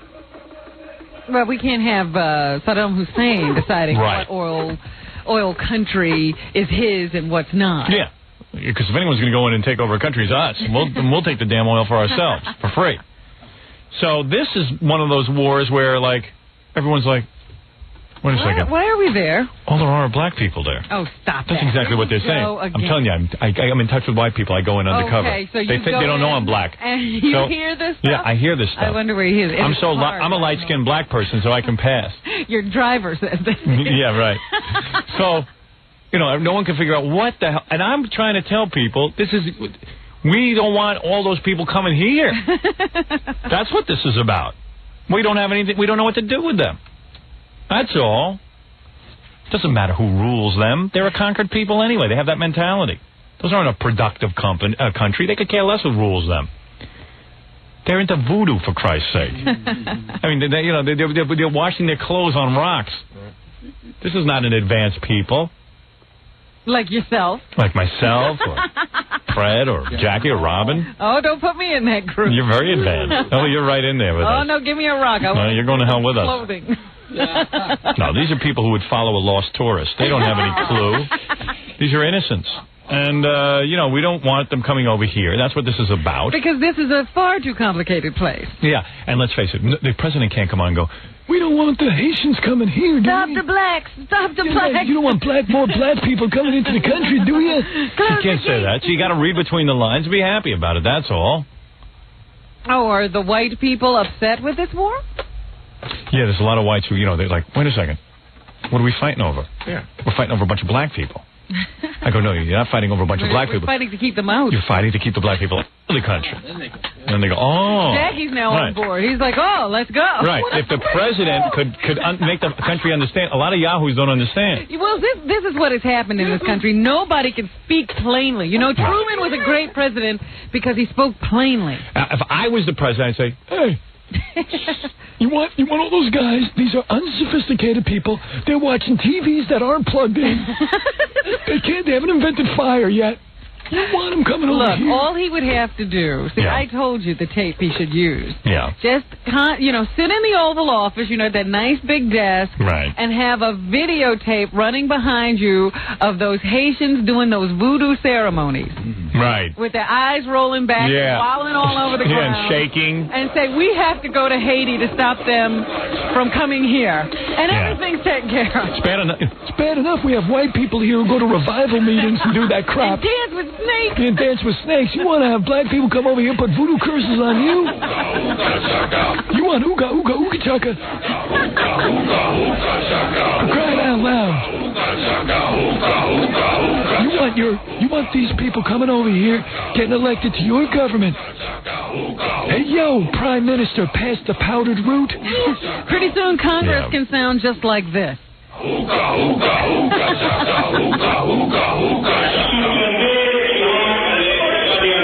You want that? Go ahead. You don't want to put the boys over there in Haiti and let them fight it out? You're nuts. I'm all for it. But you got to explain it to people. Yeah, in the right language. Yeah, that was the Secretary of Chanting, voodoo chanting, right there, because you know who that was. All right, enough with the ooga chaka. Trying out loud. Remember Michael Fay, your favorite person? He's the young man who was caned in Singapore for vandalism. He wasn't caned enough. Well, apparently not. He was very well behaved in Singapore. Right. And this, I think, is where he should have stayed. Because now I read in the paper today that the Kettering, Ohio youth has wound up in a rehab facility. Unbelievable. For sniffing butane. Oh, my. Now, how do you do that? Oh, for God's sakes. Very simple. Jackie, you want to tell people how to do it? You just open up. Here you go. I'm just wondering, do you get over a Bic? I don't know. I don't know how you sniff butane, but this kid, I said this when this case happened. I said, this kid's a troublemaker. These chinks, they know how to take care of their people. They sit there and they whack them on the ass until they bleed and pass out. Because, there are certain kind of crimes that fall through the cracks. It's not murder. You don't know what to do about them. It's vandalism. And let me tell you something. When you go through Singapore, it is clean and neat. There's no graffiti all over the place. No garbage in the streets. You don't even have to worry about the cars. Because you're going to get caned, and chances are your testicles are going to get caught in that caning. Oof. Not only your backside. Ouch. All right? What do you think? That'll that doesn't hurt. get nipped too? That'll hurt. And let me tell you something. Everything aches. And you'll never forget that. That's right. You'll pee blood for a month. And let me tell you, there's no greater deterrent. And I'll tell you something. We used to have that kind of stuff going on here. Of course. What do you think the stockade was for? The stockade. And the Hillary. Robin. And the rack. The cops, listen, as recently as the Rodney King case, the cops, listen, what are you going to do with drunk drivers? You can't lock them up for life. No one accepts that. You take a guy like a Rodney King and you smack him in the head a couple of hundred now times. that's what I object to. If they had taken Rodney King out in public. They did. And They videotaped it, for God's sake. And then beat him like he should have been beaten. That would have been all right with you. That would have been okay. You tried to do it in secret. The cops have been doing this for years. To blacks, to whites, to all troublemakers. Not just black troublemakers. The blacks are all upset. Well, I don't know. Let me tell you something. Caning is the way it's going to end up being in the United States when we come to our senses. It will happen. Unfortunately, half of us will be dead first before it happens. But there are crimes.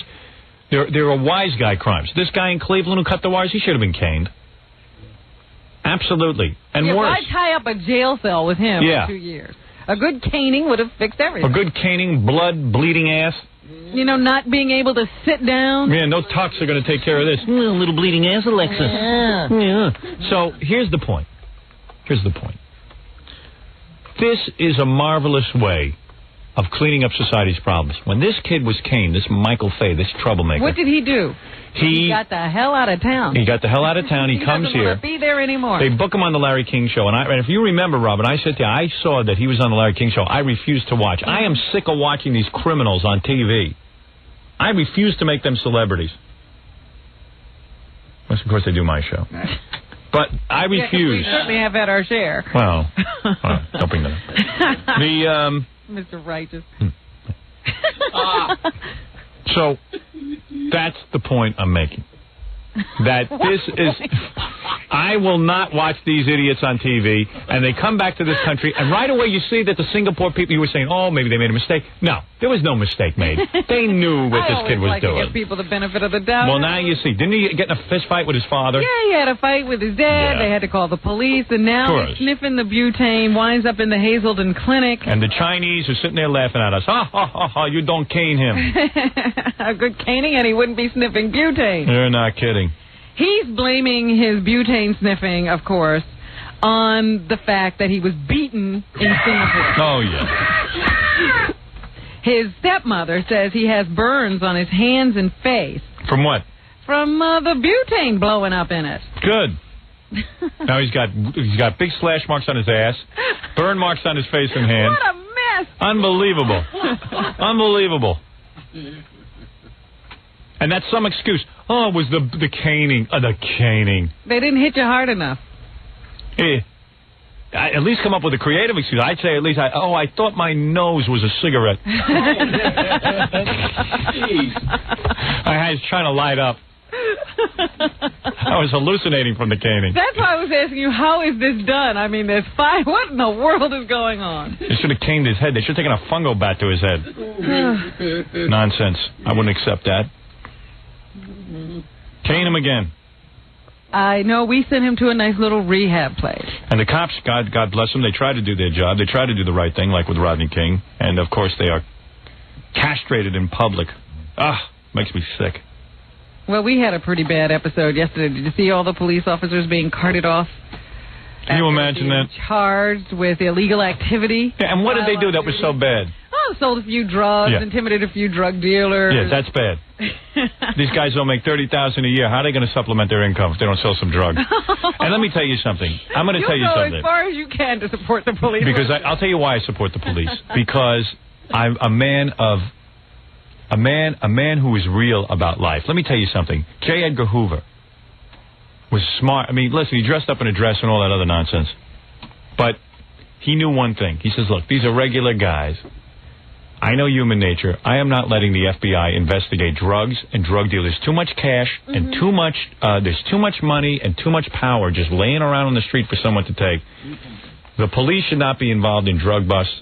We can never stop drug trade in this country. There's tons of legal drugs. Why shouldn't they all be legal? Why just take 3 or 4 and make a whole private industry out of these things? Because you're never going to find cops. You're going to find some cops who are honest, but most people, human nature is they dip their hand into the till. I can't have the... J. Edgar Hoover was a realist. And then he said, now pass me the lipstick and let's stop this nonsense. I want to dress up like a woman. Well, the prosecutor says that the cops who were arrested yesterday were doing things like extorting cash from drug dealers. They stole money and drugs from apartments, sold cocaine on the street, and perjured themselves before grand jury. Hey, Jackie, where are you going to buy your pot now? Didn't you used to score from cops? Is there somebody else they could chase? Jackie gets his pot from cops.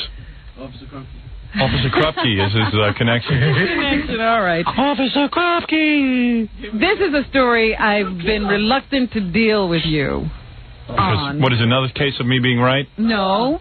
I just, you're so insensitive. I don't know what you'll do. But, 2 children were shot by police officers. Oh, I want to talk about several days because they were confronted with kids with toy guns and they shot. Thank God, first of all, it was a black cop that did the shooting. In one incident, yes, they're saying now, this is very strange to me. What they say is there's no question of race in this case because it was a black police officer shooting a black kid. Now, how can you say that? Yeah. How do you know that there aren't blacks who are racist toward other blacks? Stupid. Yeah. Let me tell you what's going on here. Immediately, you're black, you can't possibly be prejudiced against black. Yeah, well, listen, the whole thing is stupid. Let me just say something here.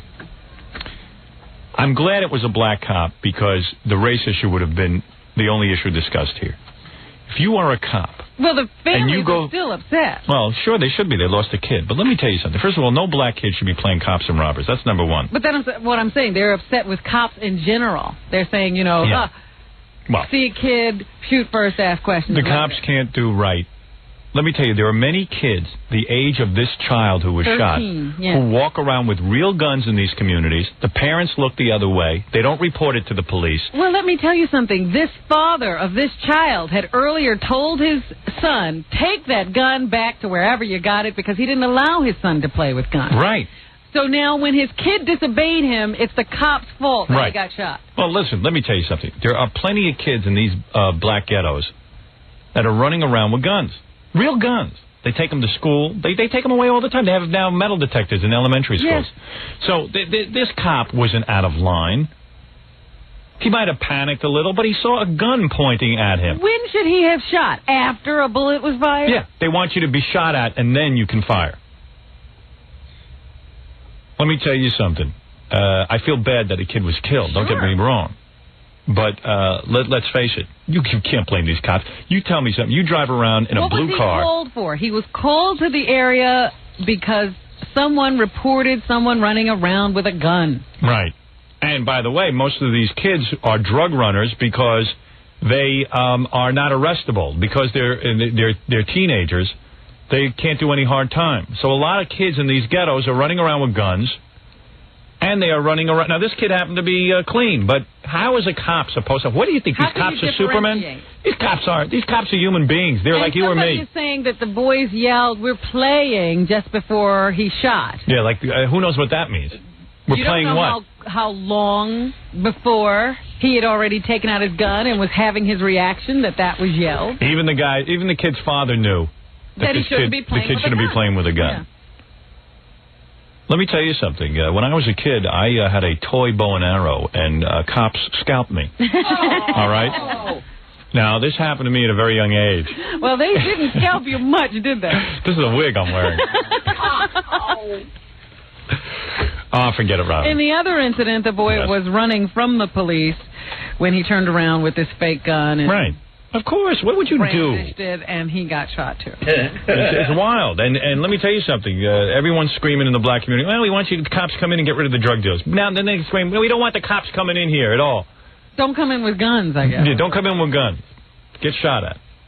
And what if this 13-year-old had been holding a real gun? You don't think that happens all the time? I mean, this is the reason the cops are reacting like this. They appear to be trigger happy is because they're in a war zone. It's like going into Vietnam. 13-year-olds used to have guns in Vietnam. They had to shoot at kids. That was war. Come on. There's you can't hide this discussion. I wish that of you, because you're a bad person to sometimes make sense. Because you so rarely That's very do. nice of you to say. You so rarely do. Well, I'll compliment you later in the program. In the middle of it, you'll belch and throw everybody off. Well. So I wish that there were some people out there with common sense who would say these things. Well, there's no one in this room. Oh, Jackie, don't even joke about it. Yeah, he's going to be a spokesperson for something. No one even knows what you're saying, whether it makes sense or not. Oh, goodness. Let me see what else is going on. It looks like Bryant Gumble is in demand again. Was he have a toy gun? The anchor of the Today Show says that his contract is up soon, and he'd be foolish not to entertain offers from other networks and production houses. Is the Today Show the #1 show? Oh, it's up there. It is? Yeah, I don't know if it's #1 right now, but it's always either Today or Good Morning America, flipping back and forth with tenths of a point for that #1 spot. Let's put him in Harlem with an arsenal of toy guns and see what happens to him. Why would you do that to Bryant Gumble? I don't know. I think he's... You're grasping? He's too obnoxious. I like his brother. That's a nice guy. Greg Gumble. He's the one I like. Good role model. All sorts of entities are coming to give him offers and... Really? Show him dollar signs. Hey, Fred, entities from outer space, I think. CBS, ABC, Fox. And other entities. Are they coming with offers? Yes. Now, last time he signed a contract in 1991, NBC made him take a deal where there was no increase in salary. You mean he's that valuable? But now, right, seems that everybody wants him. So, NBC may have to pay big bucks to keep him. Bryant says he likes his job at NBC, but... I've offered him money to be in a sitcom, though. I don't want him for a... Is that right? Yeah, it's called Life with A-Hole. thing I wrote about 2 years ago. It's been in what they call pre-production. Turnaround, yes. Turnaround. I can't really come up with a name. Why are you calling him such names? I don't know. He gets on my nerves. You don't like him. You never have. Never liked him. Like his brother, though, Greg. Yeah, he's good. You like him because? Because he comes on the show. Let's take a break, and we'll wrap up the news, Robin. We're right on schedule. You're doing good. Good. Right after these words. Yes. What is it, Pop Ollie? He didn't really call to get on the air, but Greg Gumble just wanted to thank you for all the kind words you said about him. Well, of course. And all the nasty things you said about his brother. Well, Greg hates his brother, too. Hey, Greg. I thought it was particularly appropriate in that today is Bryant's birthday. Yes, exactly. Well, that's why we did. Well, Greg has for so long had to live in the shadow of Brian Gumble, and what's worse is Greg is the older brother. And he had to deal with all this, and Greg is coming up on the outside. How happened that your brother eclipsed you? How the hell didn't you get a deal with Fox Broadcasting? What happened there? Oh, we talked about it. It just, there are things that happen, and football was the only thing that Fox had at the time, and I'm going to get to do basketball and baseball if it ever comes back. Right. And the Olympics at NBC, too. I see. How you doing? Well, I'm doing good. What about you? Congratulations on the movie. Oh, thank you. Of course, I guess you heard the announcement that John Avildsen will be directing. Yeah. I assume you're a fan of some of those simple movies he made, like Rocky, Karate Kid. Yeah, the little unknown things. Yes. Hey, let me just say that your brother Bryant isn't the only big star around here. You come into your own, and I've certainly come into my own. Yeah, Bryant doesn't get to talk to Howard. That's right. Only you. I'm not talking to your brother. Let's form a club complete with tattoos. How much you hate your brother? Go ahead. I don't hate him. Well, you don't. You despise him, and even your mom despises him, right? Isn't that true? Tell the truth. No, not at all. No, isn't there some problem with the mother? Doesn't she hate Bryant? No. Well, okay, only part of the time. Really? No. They're fine. Everybody's fine. Yeah? Yeah. Does he talk to her? Sure. When's the last time you saw him? Sure. Actually, I saw him about 2 weeks ago. In the hall doesn't count. No, we had dinner. Oh, really? Yeah. Just you and him? No, he and I, and my sister was in town. Right. And so we took her to dinner. What did she do? Well, Rhonda is... She hates Brian. No, she's a speech therapist in Chicago. Oh, really? Yeah. Did you sit at different tables or the same one? Yeah, did you just go to the restaurant where Gumble was? No, you got to admit, you know what it is? You're like a really nice guy, an excellent role model for all youth. Do you think, though, this is a reaction? Bryant's the obnoxious one, so Greg had to be the nice one? No, I've met Greg, and I've given him plenty of times to sound off to me. I am telling you the guy's a genuinely nice guy. Something happened. It's like Rufus and Gallant. I don't know whether to trust you. You also met O.J. No, O.J. was a good guy. I didn't see any fire in his eyes. I saw him. He was kissing Tawny Katane and making out with her in the corner. I don't know what Greg will do tomorrow, thanks to you. Hey, I got to tell you, last Friday night I was in Philadelphia. Yeah. Went to the Rolling Stones concert. I'm walking into my seats, and if one person said it, there had to be at least 30 people who said, Greg, and I'm thinking, okay, they're going to talk about NBC, or The Switch, or the show. They're all yelling, "Hear you on Howard. Hear you on Howard." You ought to just do this show. Yeah, why do you bother with all that other stuff you do? Well, because you don't send me a paycheck. Oh, big deal. None of us get a paycheck. At least none of us get a paycheck we're happy with. Right. They love you in Philadelphia. So, at dinner, you go into the restaurant. The maitre d' says to you, "Gumble, party of 3," and then Greg says, "Hey, being with Brian is no party." And then what happens? You call this a party? So what was it like? Was it uncomfortable? I mean, does Brian sit there waiting for someone to notice him? No, it's not uncomfortable at all. Do you get something similar to his $2.3 million a year?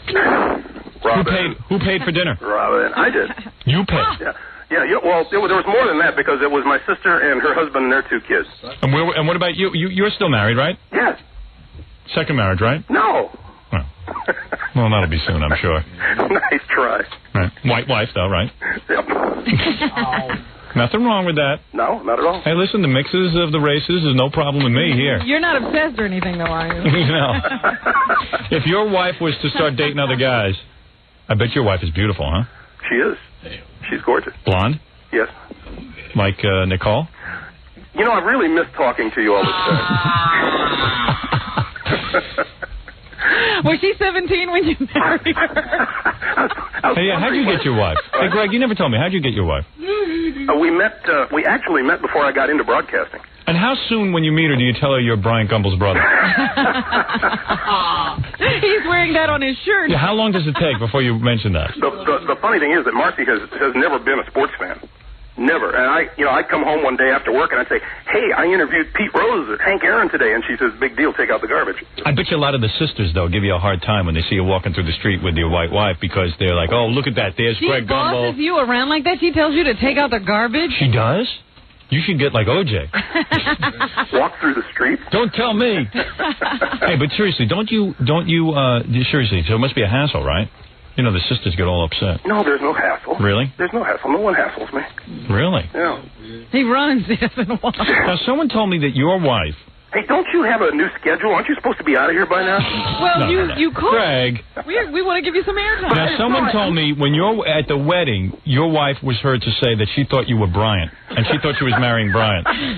And you fooled her. You told her you were Bryant Gumble. He was already married by the time she found out.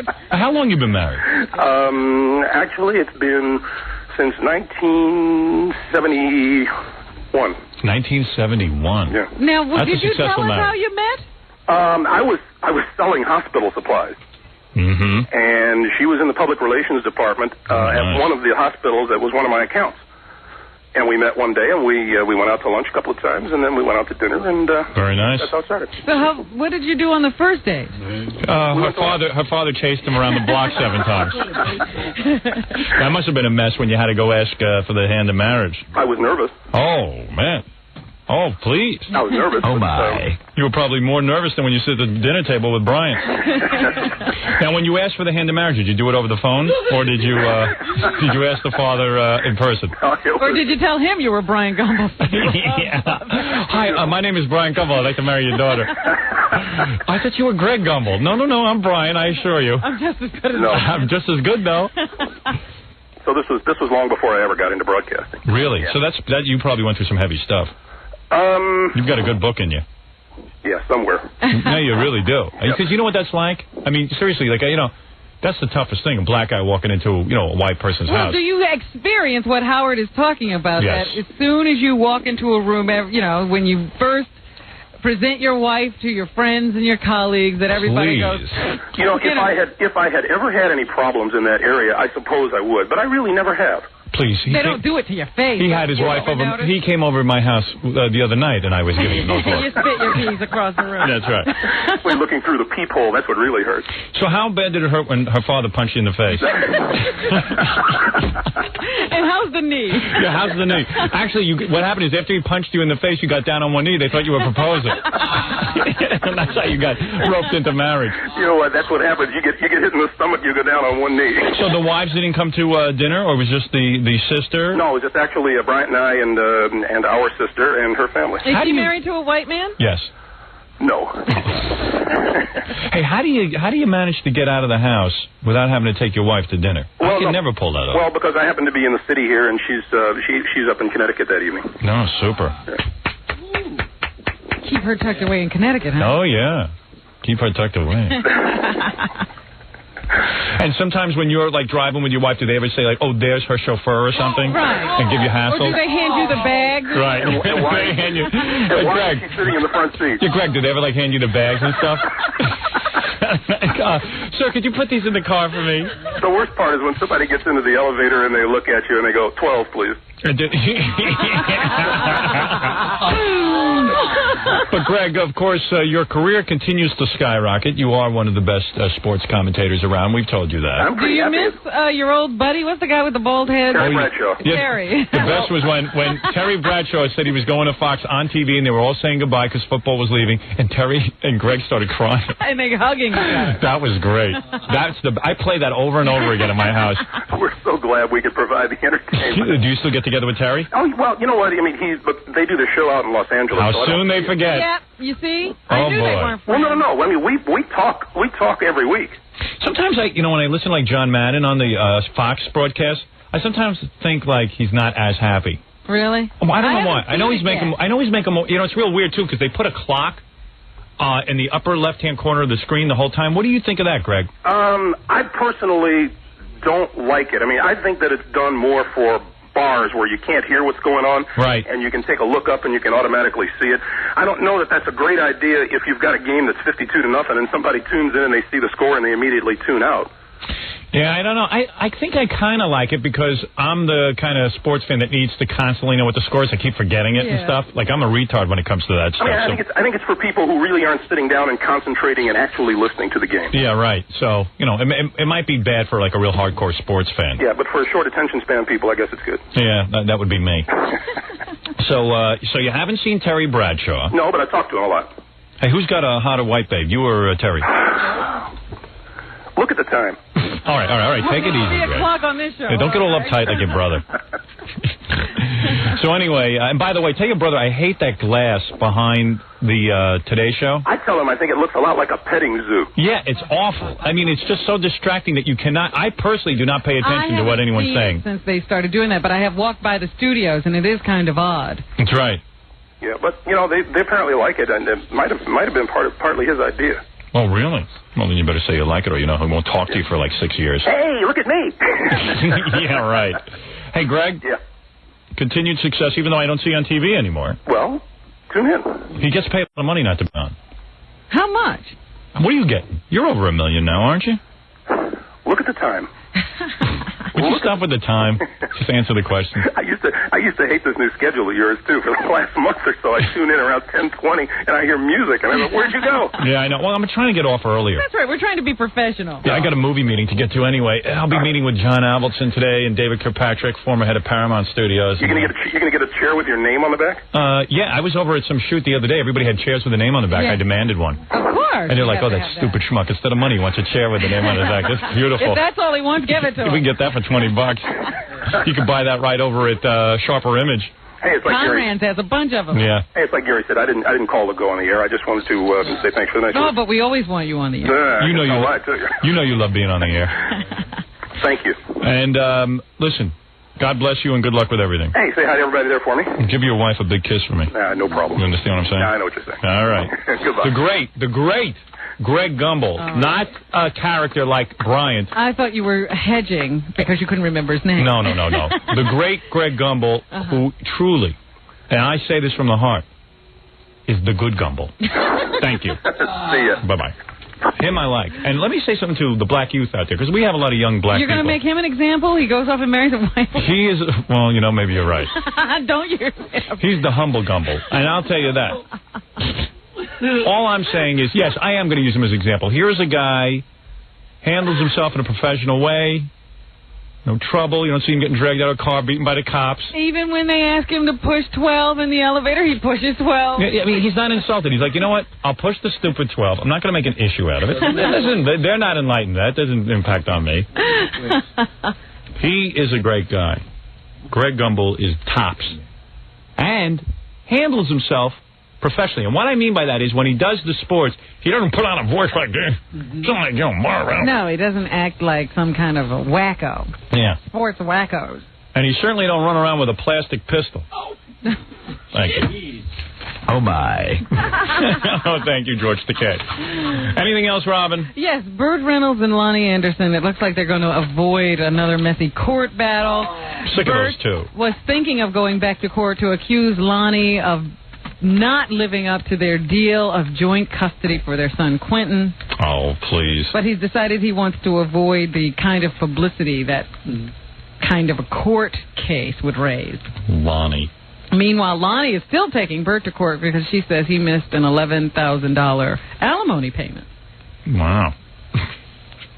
So she's going to take him to court, and they will have to talk about that. Boy, those two are really going at it good. You know what? He should have just been nice and said, you know, it's just not working out. Let's quietly do this. Yeah, I just would have kept doing her and get a little Tukey on the side. She's got a nice rack. I mean, she looks like a puppet. She looks like Jerry Mahoney with a blonde wig. No, but she looks like Madam. Yeah, Waylon Flowers and Madam. But she has got such big breasts and a tight frame. For an older babe, that isn't bad. Nice rack. Yeah, and he's no spring chicken with that helmet on his head. Yeah, I know. Oh, my God. They showed him on TV last night. I thought it was a man with a helmet on his head. I thought it was the Germans invading. All you have to do is put that spike in the middle of his head. Or put a number on it, he could play football. He is hideous. Graduation cap. That's his payment, I think, for smacking Judy Carn. I think so. God goofed on him, took all his hair away, and gave him the worst toupee in the business. The toupee now almost comes up around to his nose. It's a wig. It's a full wig. It's a full wig. He must be completely bald. He must look like the captain of the Star Trek, Jean-Luc Picard. He must have 3 hairs. He must not even have hair on the sides. Like a Russian hat. Yeah, it's like a big Russian hat. He should just wear a Russian hat. It must Ready be for the tundra. Yeah. What does he do in the summertime? That must be terrible. Ooh.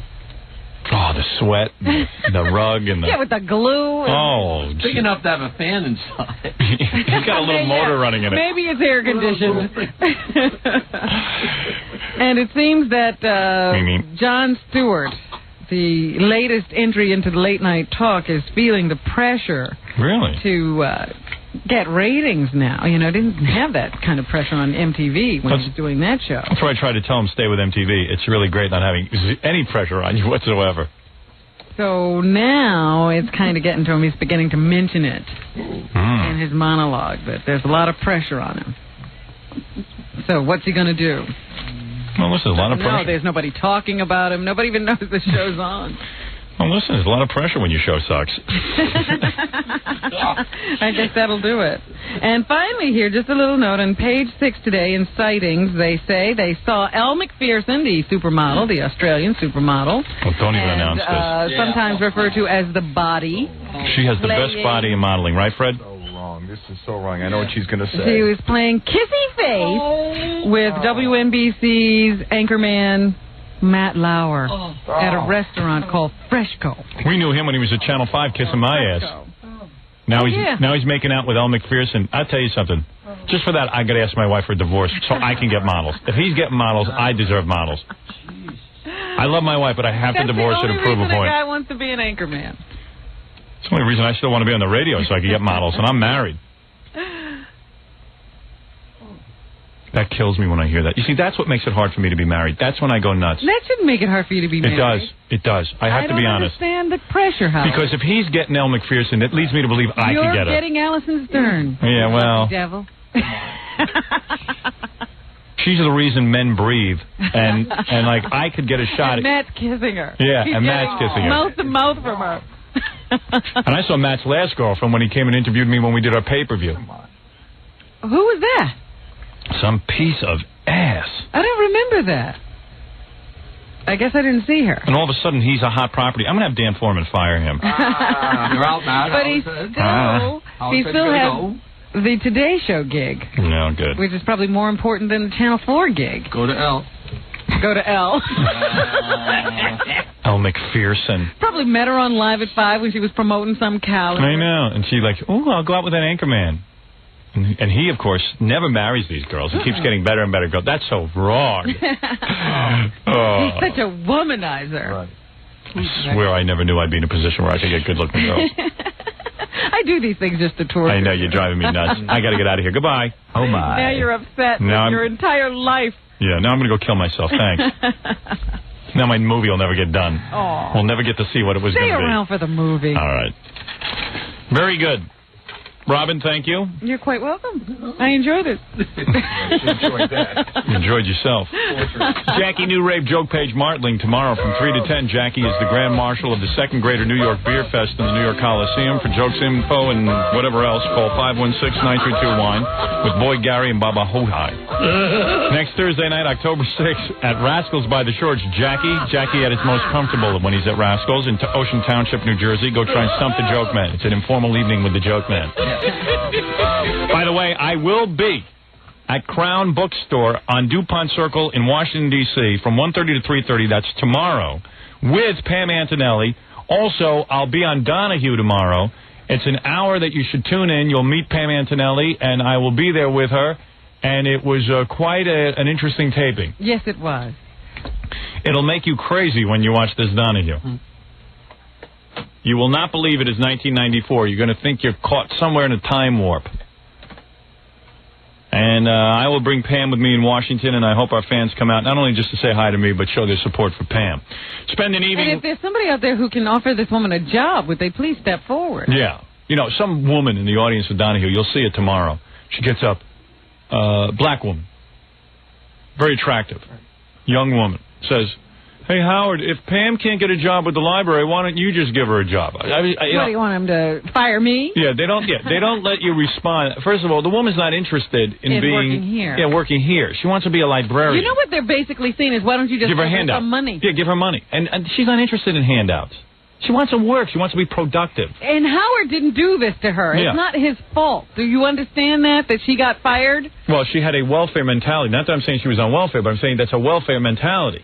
If you say, give her something, she doesn't want to be given anything. But, you know, instead of blaming a system that works in a way to deny people their jobs and their freedoms, yes, people assume, oh, you've got tons of money. Why don't you just give her some of yours? Yeah, and by the way... Is that going to fix anything? Absolutely not. I'm giving anybody anything. You better give it to me. Spend an evening with Fafa Folai at the Learning Annex on October 20th as he gives a guest lecture on behind the scenes of the Howard Stern Show. What? Oh, please. Well, he's clueless. To register, call 212-570-6500. Don't forget to buy Stuttering John's new CD, which is surprisingly damn good. Available at record stores everywhere, and to get on Stuttering John's mailing list, call 201-942-OUCH. Don't miss Steve the Gorilla Gorillo hosting the VIP Lounge at the grand opening of Club Expo on 43rd Street between 6th and 7th Avenue this Saturday night, October 1st. And finally, if you're planning a wedding or Christmas party and you need a mobile DJ, now's the time to call Scott the Engineer's Rocket Entertainment at 718-BAG-5040. Or as Scott always says, music the way you like it.